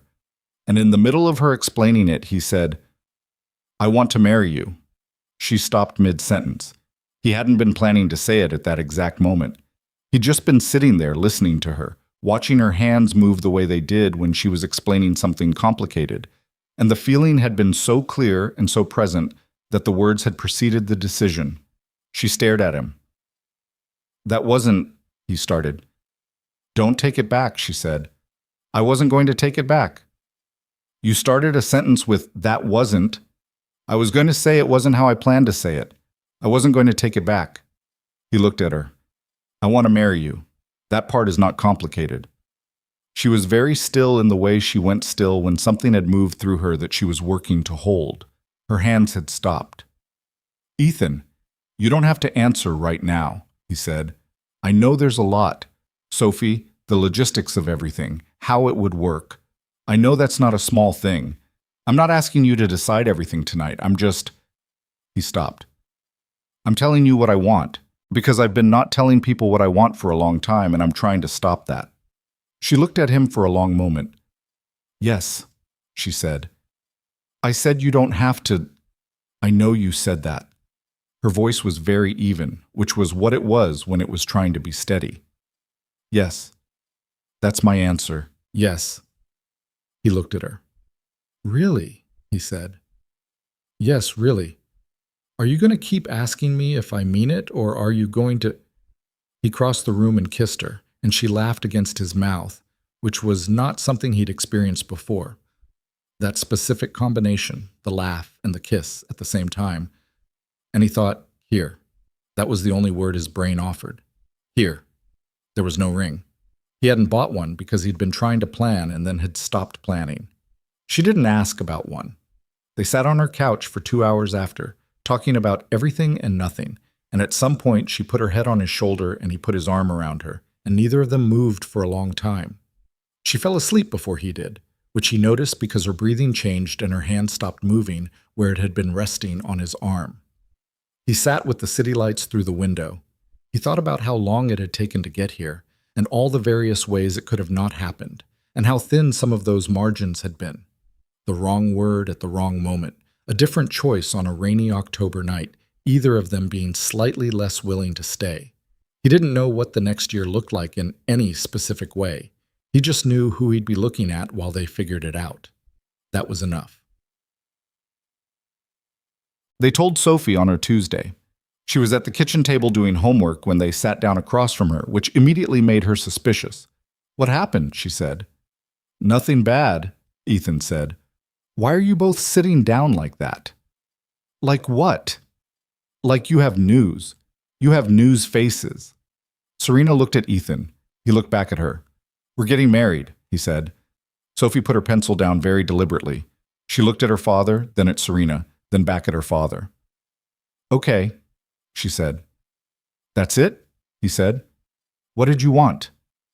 "I don't know." "A reaction." "I have a reaction on the inside," Sophie said. "I'm processing." She looked at Serena. "Does this mean you're going to live here?" "We haven't worked that out yet," Serena said. "Your apartment is nicer," Sophie said. "But it doesn't have a yard." "That's one of the things we're figuring out," Serena said. Sophie seemed to find this acceptable. She picked up her pencil, then put it down again. "Does this mean you're my stepmom?"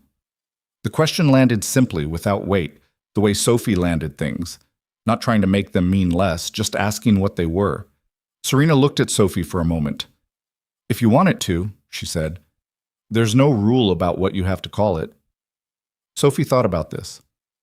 "Priya has a stepmom," she said. "She says it's mostly fine, except she reorganizes things." "I do reorganize things," Serena said. "I know, you reorganized our spice cabinet." "They weren't in alphabetical. I know why you did it." Sophie was quiet for a moment. Then she said, "Is it going to be different?" "Some things will be different," Serena said. "Some things won't be. You'll still have your dad the same way. This just adds something." A pause. "Hopefully," Sophie considered. "As long as you don't reorganize my room." "I will absolutely make no promises about your room," Serena said. Sophie pointed at her with the pencil. "That means you're going to reorganize my room." "It means I'm going to suggest a system." "Dad." "She's going to reorganize your room," Ethan confirmed. Sophie looked at the ceiling with the expression of someone accepting an imperfect situation. "Fine," she said. "But the whale drawing stays where it is." "The whale drawing stays," Serena said. "I would never." Sophie nodded, picked up her pencil, then looked up one more time. "Are you happy?" she asked. She said it to both of them, the question landing between them like a stone in still water. Ethan looked at Serena. She looked at him. "Yeah," he said. "Yeah, Bug, we are." Sophie went back to her homework. They were married the following June, 14 months after a rainy October night when Serena had stood on a porch with a portfolio and the worst opening move of her adult life. The ceremony was small, 40 people, his mother and Phil, Marcus who cried and denied it afterward, Serena's mother who flew in from Florida and spent 20 minutes in the corner talking to Sophie about something Sophie refused to disclose, and Serena's mother described only as important marine matters. A few people from Serena's team, a few from his office, nobody there as an obligation. They got married in the backyard of the house on Millbrook Street because Sophie had suggested it and neither of them had a better idea. And because it turned out that when you'd spent enough of a relationship in a specific place, The place accumulated meaning whether you intended it to or not. The tree was trimmed. The neighbors' folding chairs were borrowed. Marcus had attempted to string lights and had done a reasonable job with one specific section of the yard and a somewhat less reasonable job with the rest. And Ethan had fixed the worst of it at 7 in the morning, while Serena, upstairs, was getting ready with her mother, and Sophie was informing everyone who would listen about the cardiac dimensions of blue whales. The ceremony was short, not because they were in a hurry, but because neither of them were people who needed length to mean something. The officiant, an old friend of Ethan's from college, now a judge, a woman named Patrice, who had a very dry sense of humor and had told him when he called her that she'd always liked Claire but had been waiting a long time for this specific call, kept it to the essential things. The promises. The acknowledgement of what it meant to say them in front of people. When it was over, Sophie, who had stood next to Ethan in a dress she'd described as acceptable, reached up and took both their hands. She didn't say anything, she just held them. Ethan felt the weight of her small hand on his left side and Serena's hand on his right, and something moved through him that he wasn't going to try to name in the middle of a yard full of people. He just held on. Marcus was definitely crying. The news came 6 weeks later. They'd been talking about it since before the wedding. The family they were building, the shape it was taking, the question that had been there from the beginning, folded into the original reason Serena had shown up on his doorstep in the rain. She wanted children. He had a child. They loved each other. The question of what came next had been sitting in the background, patient, waiting for the right moment to be addressed. Serena had an appointment with a specialist in late July, a follow-up to a conversation she'd started having with her doctor months earlier. They'd discussed options. She was 32. The accident at 24 had caused internal damage that had never been fully assessed at the time. She'd been young, in a hurry to return to her life, and the long-term implications hadn't been something she'd stopped to consider. Now they were something she was considering. The appointment was on a Thursday. Ethan took the day off work. They went together, sat in the waiting room together. Serena in one of those rooms, in the specific quality of light she'd described hating since she was 24. And she didn't say anything about how she was feeling, and he didn't ask because he'd learned when to ask and when to just sit beside her. The doctor was kind and direct, which was the right combination. She explained the findings carefully, walking them through what the damage meant and what it didn't mean, and what the realistic picture was going forward. The realistic picture was that carrying a biological pregnancy to term was not something her body could safely do.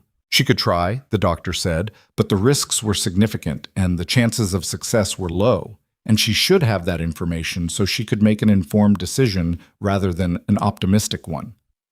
They drove home mostly in silence.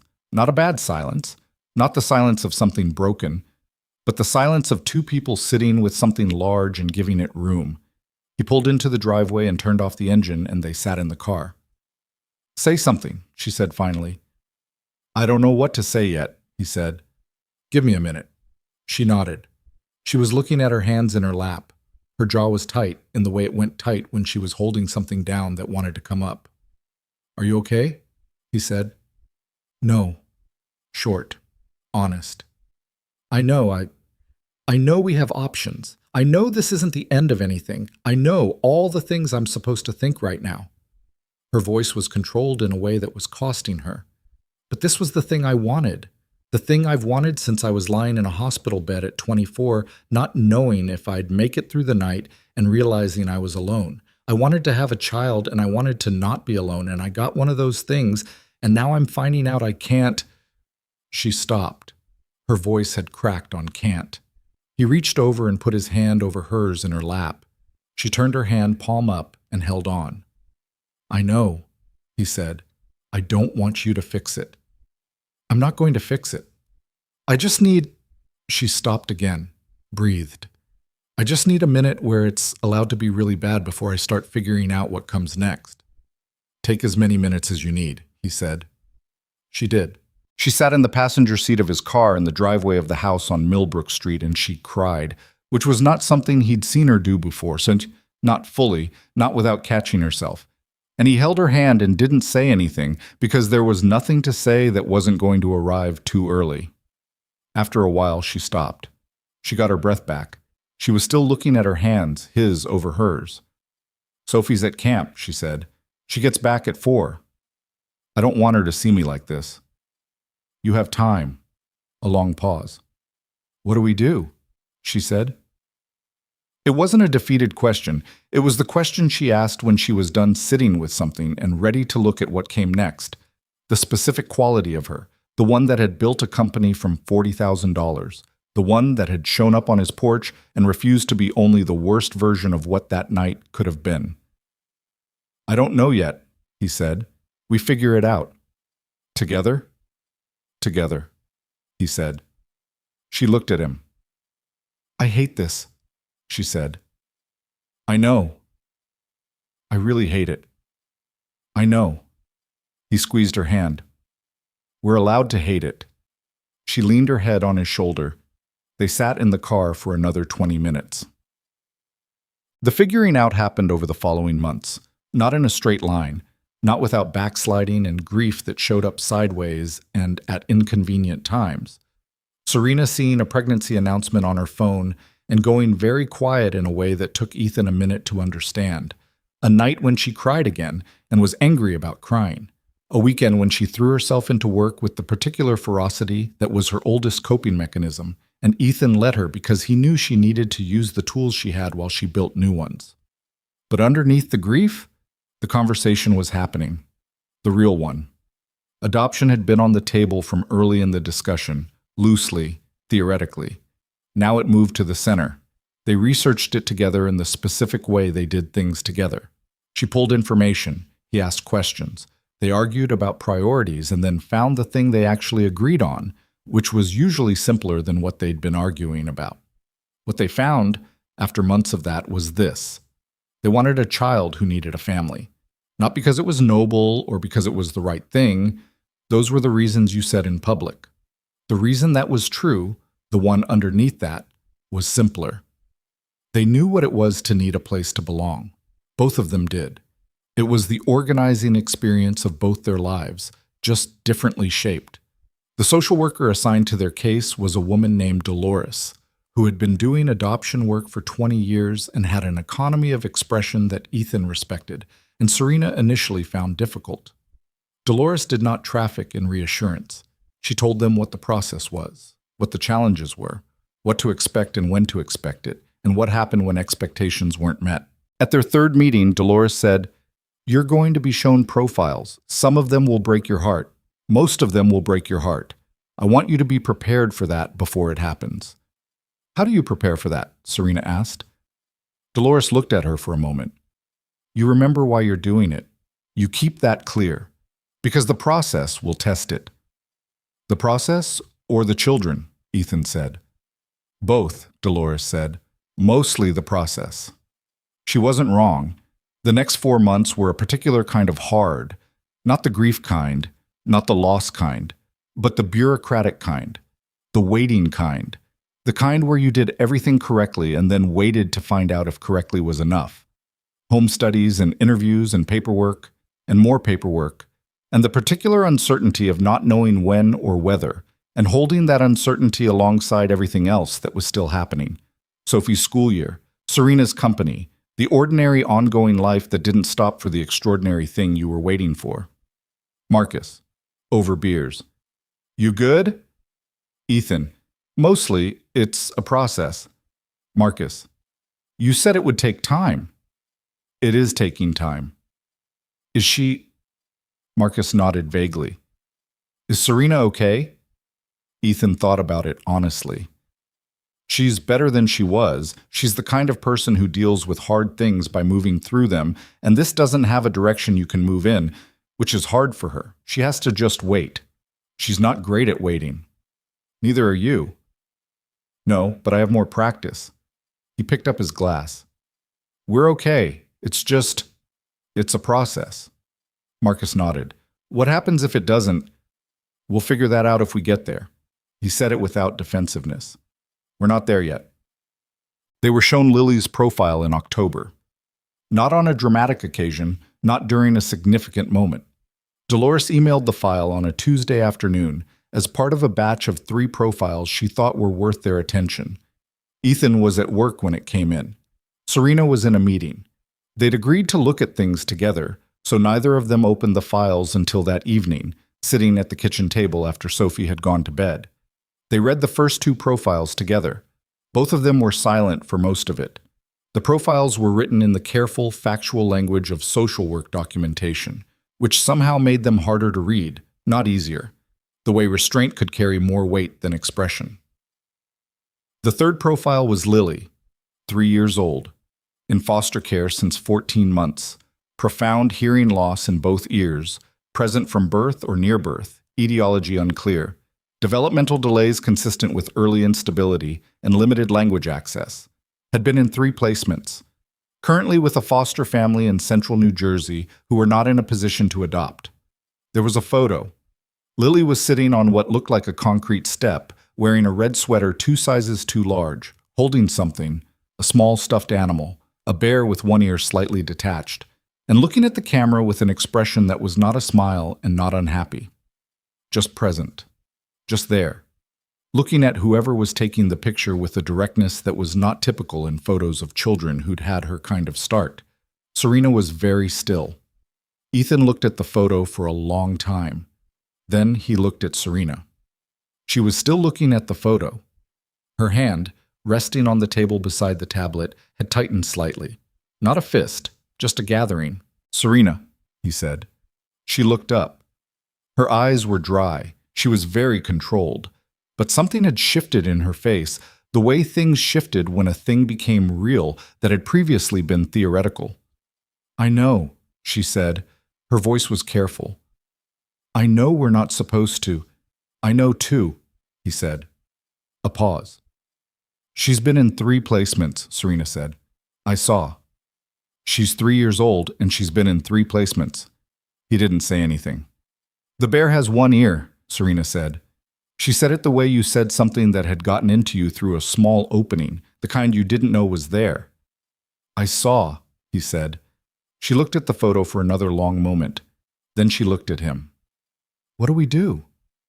"We tell Dolores we'd like to meet her," he said. Serena nodded. Once. Like something had been decided, and she'd known it had been decided from the moment she'd seen the photo, and the nodding was just the formality of acknowledging it out loud. She picked up her phone and emailed Dolores. It was 9:30 at night. Dolores responded at 9:43, which told Ethan something about Dolores that he filed away with appreciation. Dolores's response said, "I thought you might. I'll set something up."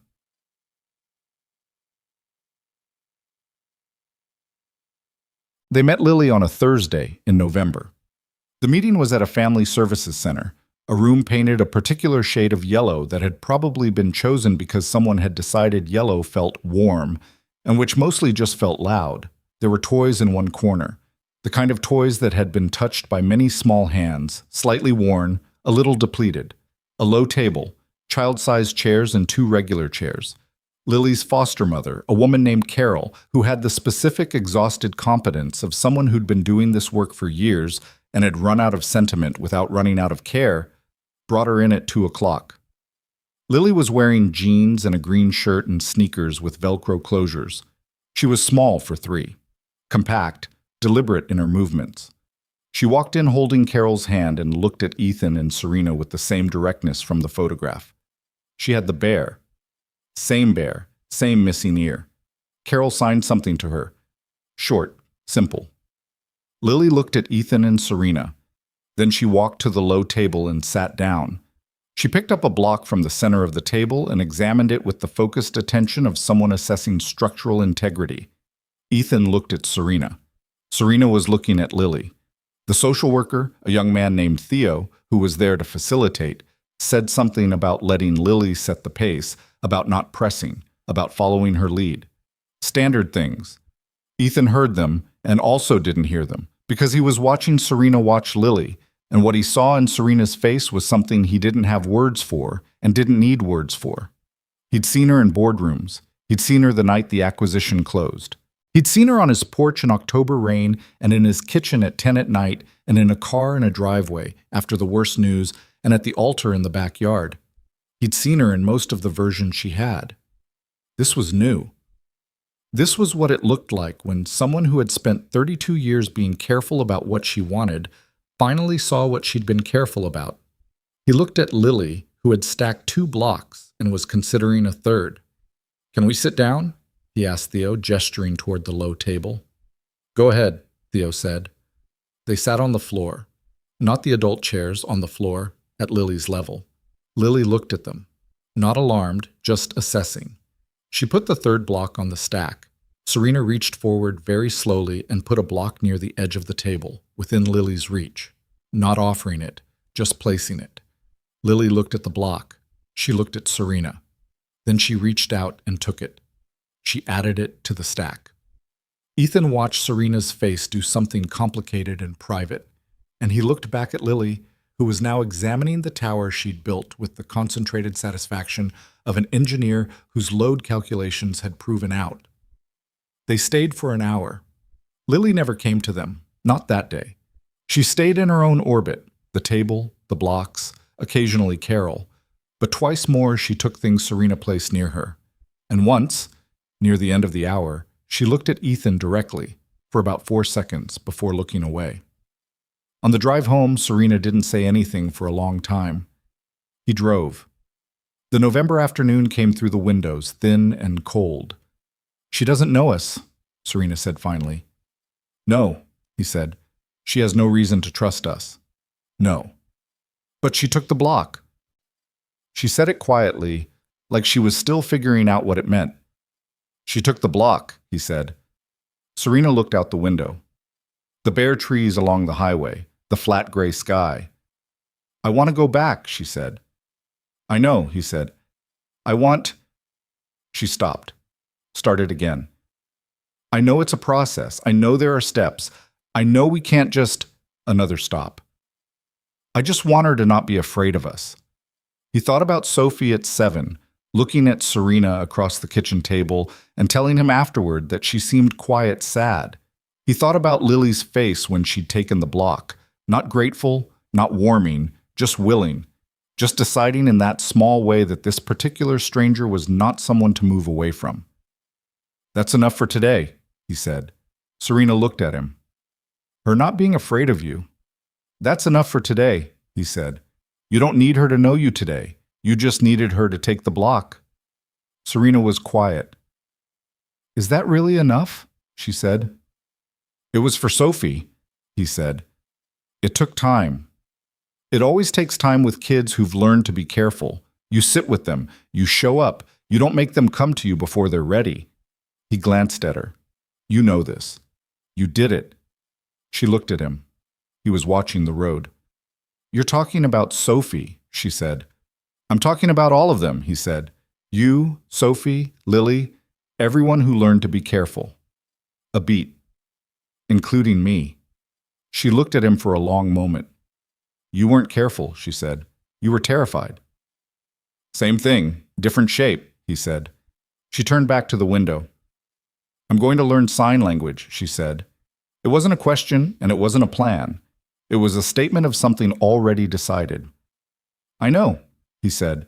"I'm going to be really bad at it at first. Probably.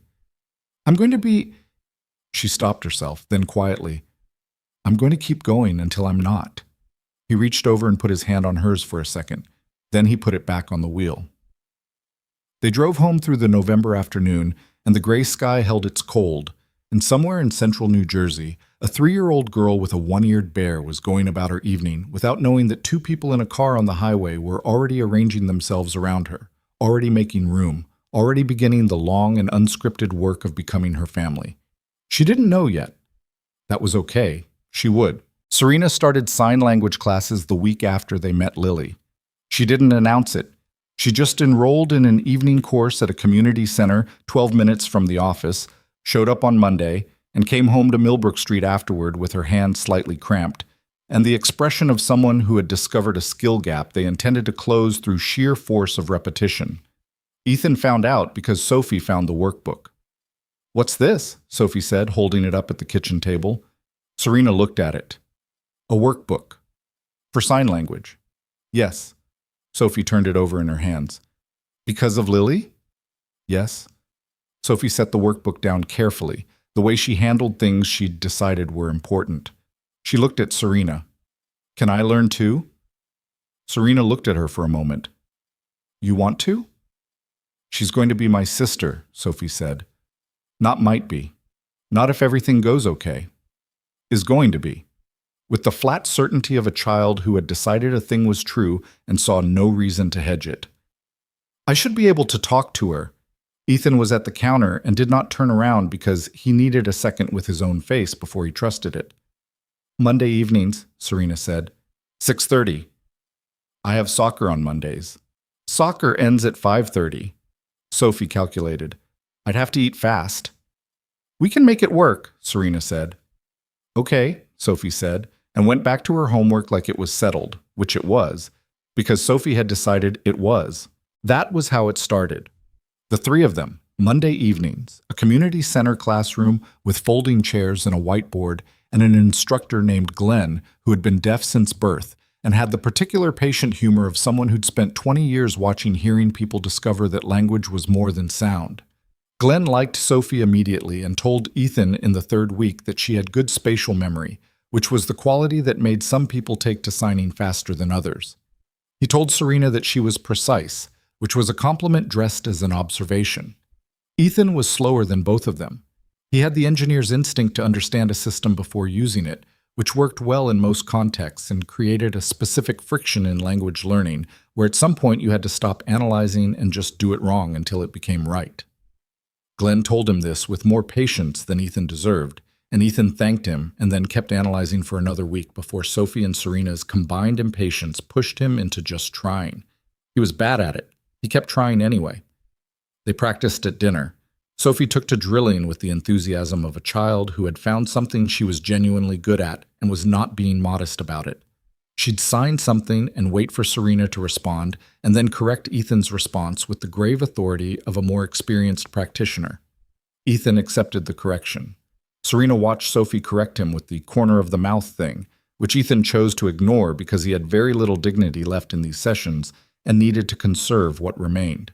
What he noticed, across those Monday evenings and dinner practices, and the YouTube tutorials Serena had bookmarked, and the conversation she had with Glenn after class about the specific vocabulary they'd need most with Lily, was something he hadn't expected to notice. Serena was not learning sign language the way she learned most things.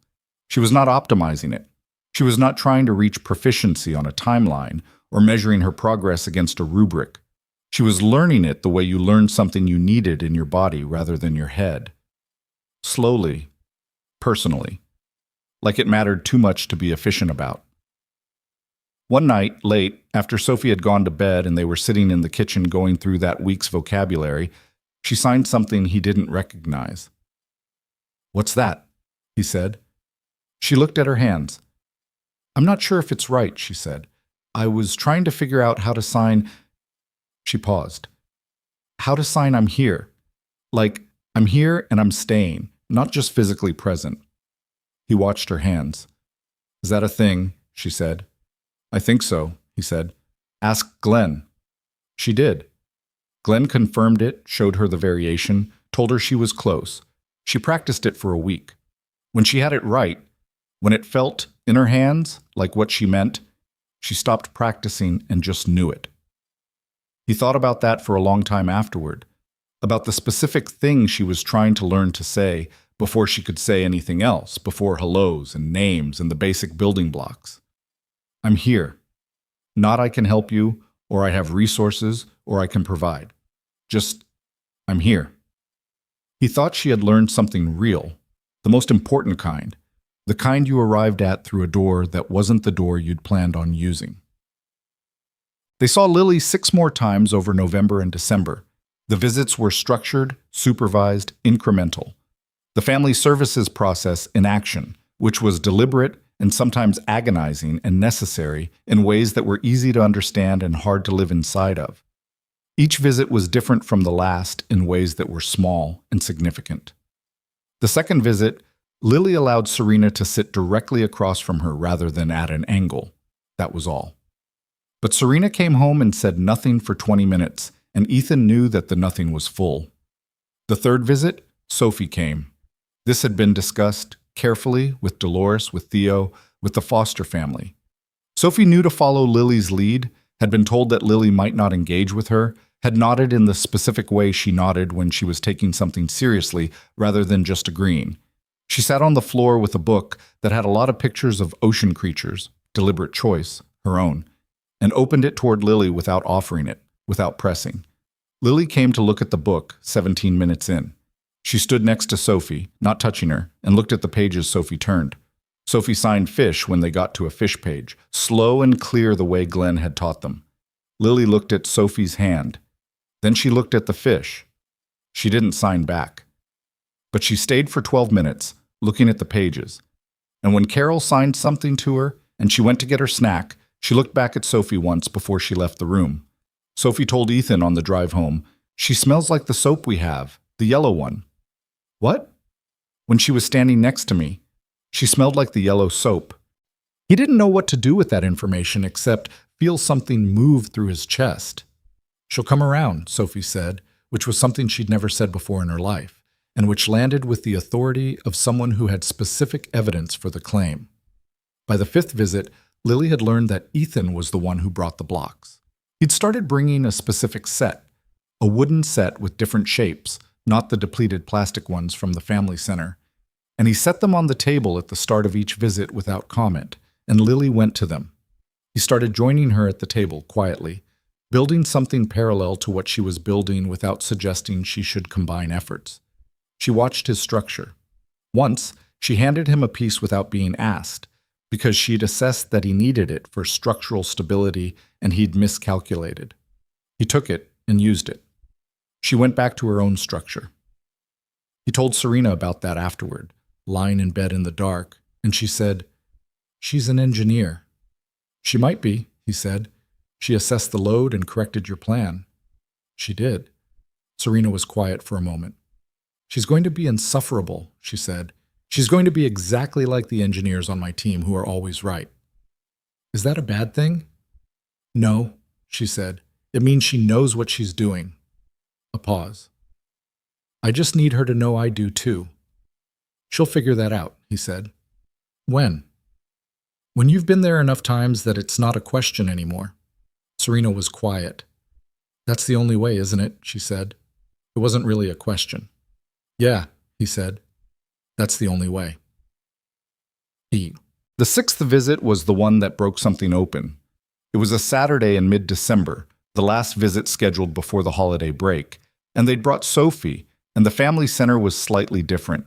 Someone had put up a small artificial tree in the corner with paper ornaments, the kind made by children's hands, different sizes and colors and levels of geometric precision. Lily noticed the tree immediately when she came in. She stood and looked at it for a long time. Carol signed something to her. Lily looked at the ornaments. She walked to the tree and touched one, a red circle with the edges slightly crumpled, with one finger very carefully. Then she looked at the table where Ethan had set up the blocks. She looked at the tree, at the table, at Serena, who was sitting on the floor near the table. She walked to the table. She sat down next to Serena, not across from her, not at a safe diagonal. Next to her, close enough that her arm was an inch from Serena's arm, looking at the blocks on the table. Serena didn't move, didn't make it a moment, just sat there with Lily beside her, both of them looking at the blocks. Ethan was across the room.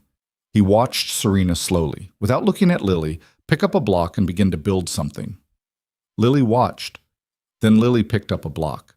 They built in parallel, side by side, without signing, without any communication except proximity and the shared logic of structure.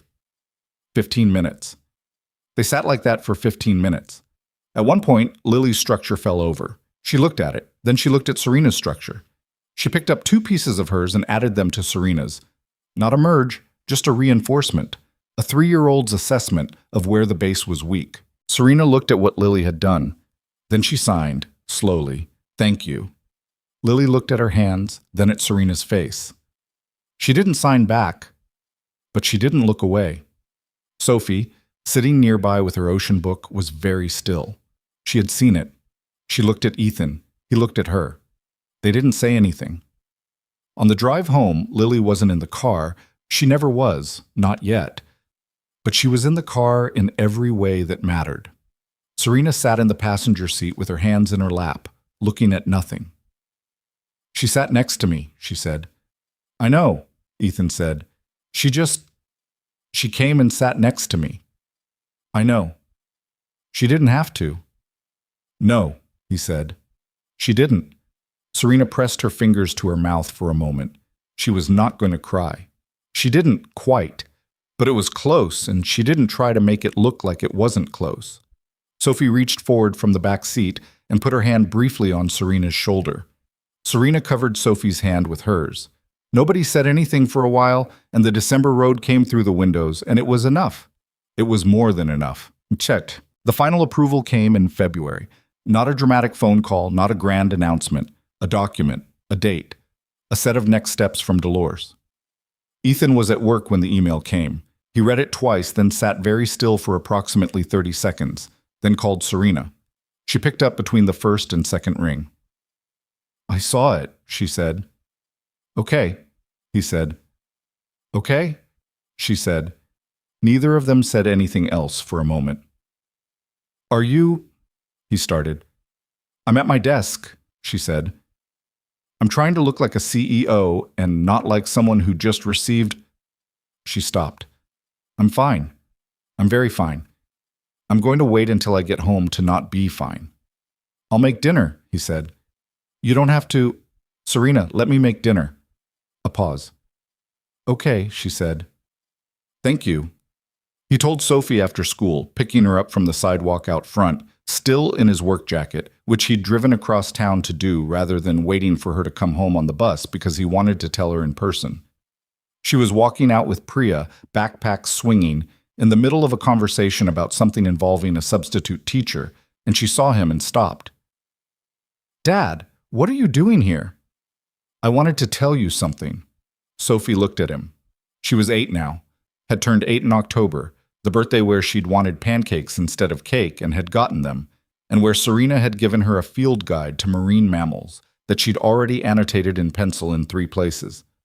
She'd grown about an inch since September. She was starting to look less like a small child and more like the particular person she was going to be, which Ethan found both wonderful and slightly destabilizing.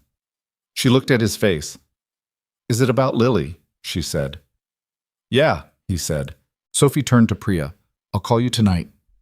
Is everything? Priya started. It's good, Sophie said, certain. It's good news, I can tell. She looked back at Ethan. Right? Right, he said. Priya left. Sophie walked with him to the car, and he told her, and she sat in the passenger seat and absorbed it with the stillness she'd developed. The processing stillness, the quiet that meant something was moving through her at a depth that took time to reach the surface. Then she said, When does she come home? About 6 weeks, he said. There are transition visits first, a few overnight stays. They want her to know the house before she's here for good. 6 weeks, Sophie said. 6 weeks. She nodded. Then, we should fix up her room. I thought we'd do it together. Can we do it this weekend? Yeah, he said. We can do it this weekend. Sophie looked out the windshield. She's going to be scared, she said, when she comes, even if she knows us. She's been scared before and it didn't help. He looked at his daughter. I know, he said. So we just have to be there, Sophie said, and keep being there, until she isn't. 8 years old, and she already understood this. He thought again about Claire, about what Sophie had come from, about what a person carried without knowing they were carrying it. Then he thought about what she'd built on her own. This particular quality, the steadiness, the willingness to sit with difficulty rather than try to resolve it. That wasn't inherited. That was hers. Yeah, he said. That's exactly right. But Lily's first overnight visit was on a Thursday in March. Carol drove her over, stayed for the first 2 hours, sat in the living room, and talked with Ethan while Lily moved through the first floor of the house with the focused, systematic attention of someone who needed to understand a space before she could exist comfortably in it. She went into every room she was allowed into. She looked at things without touching most of them. She stood in the doorway of her room, the room Sophie and Serena had spent the better part of a Saturday arranging, with input from Sophie on the whale poster and a mobile of the planets, and a specific lamp with a warm rather than blue-white light that Serena had read was better for children with sensory sensitivity, and looked at it for almost a full minute before stepping inside. She went to the bed. She put her hand on the comforter. Sophie, who had been following at the kind of careful distance that took real effort to maintain, signed something from the doorway. Lily looked at her. Sophie signed again, slower. Lily turned back to the bed. She picked up the stuffed bear she'd been carrying, same bear, same missing ear, and set it on the pillow. Then she walked back out of the room, past Sophie, and went to look at the kitchen. Sophie looked at Ethan. He raised his eyebrows. She gave him the smallest nod. She put the bear on the pillow. She's claiming the space. That night was not easy. Lily woke up twice, not crying, but awake, disoriented in the dark in a place she didn't know well enough yet. Serena was up both times before Ethan. He'd started to rise the first time and found her already in the hallway, moving quietly toward Lily's room. He stood in the bedroom doorway and watched through the half-open door as Serena sat on the floor near Lily's bed, not on it, not reaching for her, just present. She signed, "I'm here," the one she'd learned before anything else. Lily looked at her for a while. Then she lay back down. The second time, Lily let Serena sit on the edge of the bed. Not close, just the edge. Ethan went back to bed and lay in the dark and thought about all the different kinds of bravery he'd witnessed in the last 18 months. Serena walking back to his porch with an apology instead of a plan. His own fumbling, imperfect attempt to open a door he'd been keeping shut. Sophie sitting on the floor with a book of ocean creatures, waiting to be approached. And now Serena, sitting on a floor in the dark because a child she loved needed someone nearby, without needing to be touched. He thought about what that had cost her, not in the negative sense, in the sense of what it required, how far she'd had to come from the person who'd shown up with a portfolio and a framework to become the person sitting on a floor at 2 a.m, communicating "I'm here" in a language she'd had to build from nothing.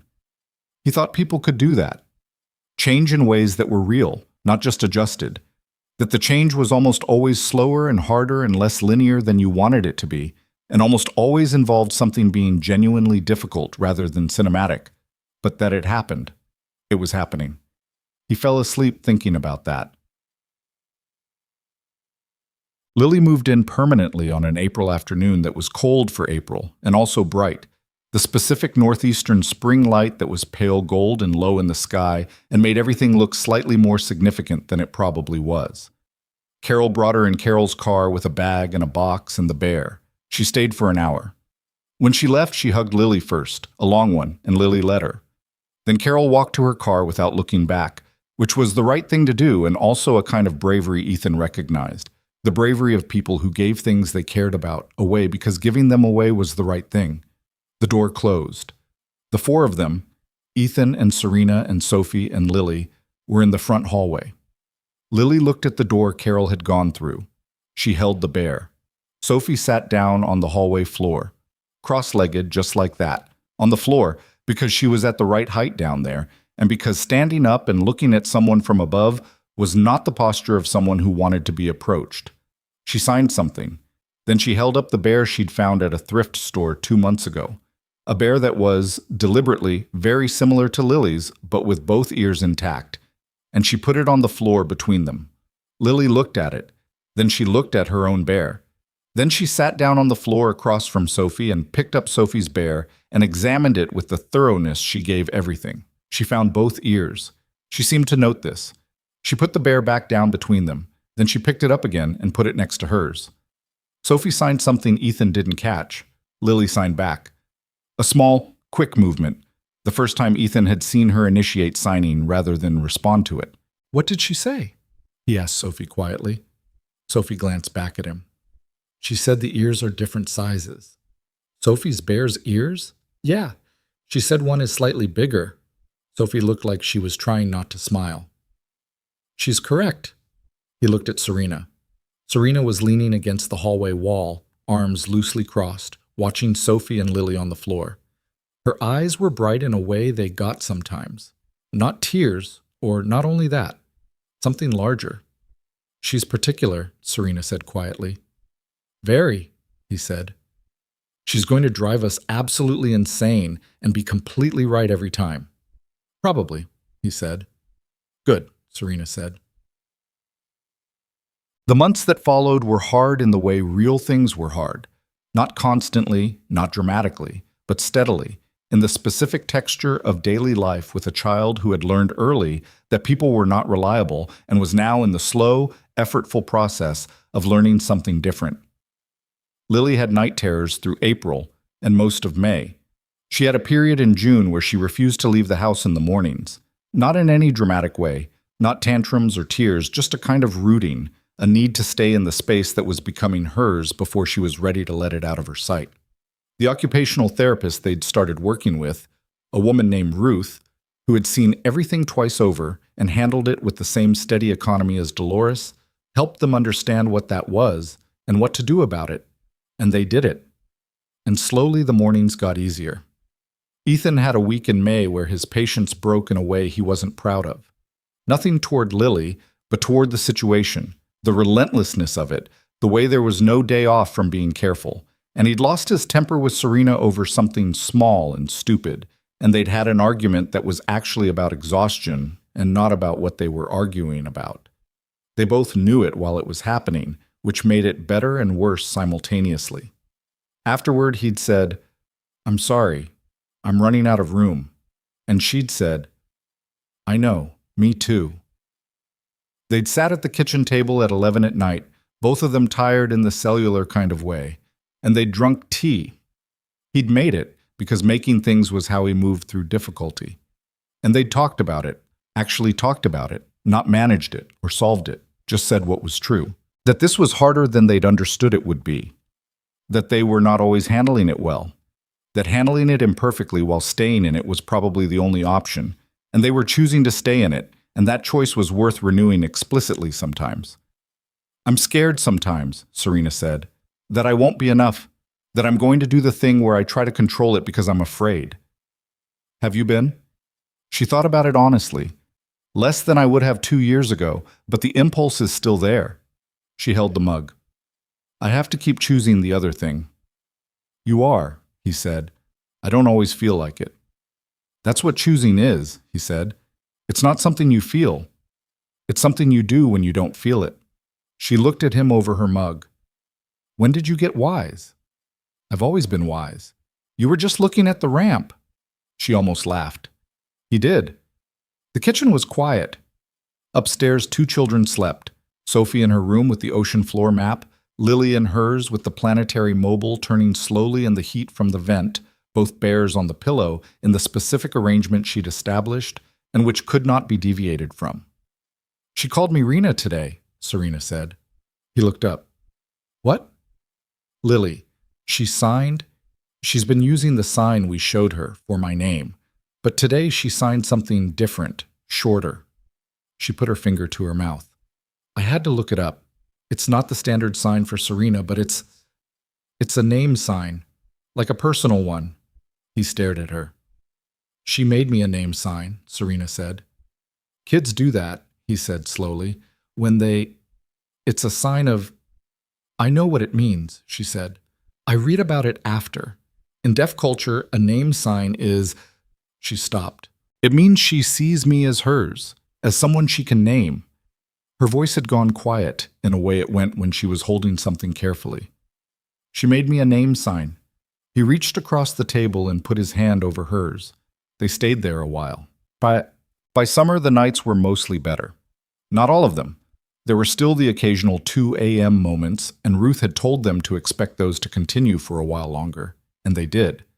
But they were fewer, and when they came, Lily's reaction to Serena's presence in the doorway had shifted from uncertain stillness to something that was quieter, more settled, the posture of a child who had started to believe, in the cellular way that really mattered, that the person in the doorway was going to keep being there. She started signing more. Her vocabulary was growing faster than the adults, which Ruth said was normal, and which Sophie said was obvious. She's the one who needs it most. She corrected Ethan's signs with a particular expression that he was fairly certain was inherited from no one in the family and was entirely her own, a kind of benevolent exasperation, very precise, that made Sophie laugh every time. She liked the kitchen, Specifically, she liked being in the kitchen when food was happening, not to help but to observe. She'd pull her small chair to the counter and sit and watch and occasionally sign a question, "What is that or how long?" with the focused interest of someone running an internal experiment. Ethan narrated what he was doing.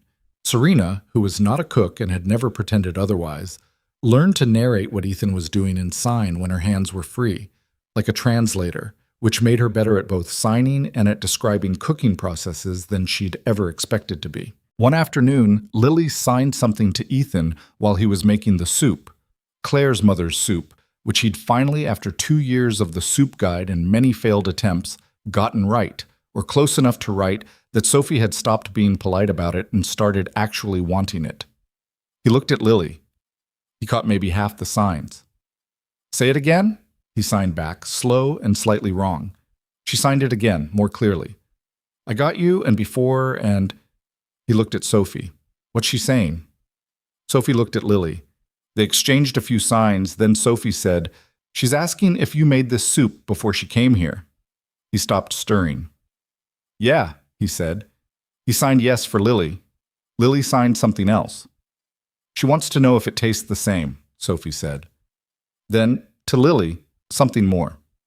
Lily responded, "She wants to know if everything tastes the same as before or if things are different now." He looked at Lily, perched on her chair at the counter, watching him with the bear tucked under her arm by habit now, the missing ear bear that had been with her longer than anyone in this house. He thought about what to say. Not the adult answer, the real one. He signed, slowly, checking himself. Some things same, some things better. Sophie translated the rest into clearer sign for Lily. Lily looked at him. Then she signed something Sophie translated without being asked. "The soup smells good." "It does smell good," Ethan agreed. Lily nodded, satisfied, and went back to observing. He went back to stirring. From across the kitchen, Serena, who had been watching this whole exchange, caught his eye. She signed something, small, just to him. "I'm here." The one she'd learned first, before anything else. He signed it back. Tsa. That October, Sophie turned 9. She wanted the birthday at the house, which surprised no one, with pancakes instead of cake again, and the specific people who mattered, which was a small number and the right ones. Marcus came, and his mother via video from Phoenix, and Phil behind her trying to show her how to tilt the camera, and Serena's mother, who had become a regular presence in a quiet way that suited everyone. At some point in the afternoon, Ethan found himself standing in the backyard, the trimmed tree, the borrowed chairs from last year still holding up, watching all of it through the back window.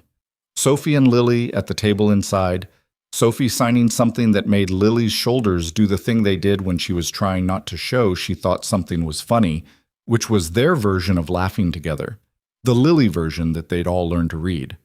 Serena at the counter in a conversation with Marcus that had clearly gone somewhere unexpected based on Marcus's expression.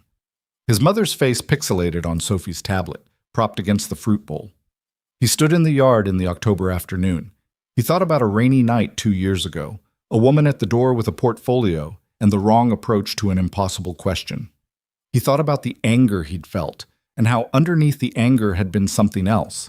Not sympathy, not yet, but recognition.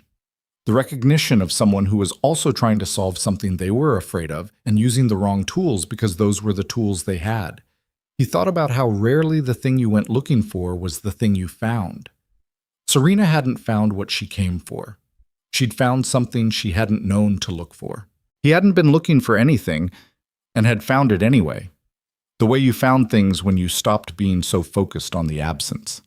Lily hadn't gone looking for them either. She'd just been on a concrete step with a bear, and one day people had started showing up, and they'd kept showing up, and now she was inside at a table making Lily's version of laughter with the girl who was her sister. None of them had gotten what they planned for. All of them had gotten something true. He stayed in the yard a few minutes more. The light was doing the October thing, low, gold, the kind that made everything look like it was being held carefully. The tree moved above him. He'd trimmed it in August again, 2nd year in a row, no longer the thing that needed doing, but just the thing he did. The back door opened. Lily appeared. She looked at him. She signed, "Why are you out here?" He signed back, imperfect as always, just thinking. She seemed to accept this. She came to stand beside him, not quite touching, looking at what he was looking at, which was the yard and the window and the people inside. After a moment, she signed something he mostly caught. Come inside. Sophie wants to do the cake. The pancake. The pancake cake, he signed. She looked at him with the benevolent exasperation. Yes. Come. She didn't wait. She turned and went back inside. He followed her.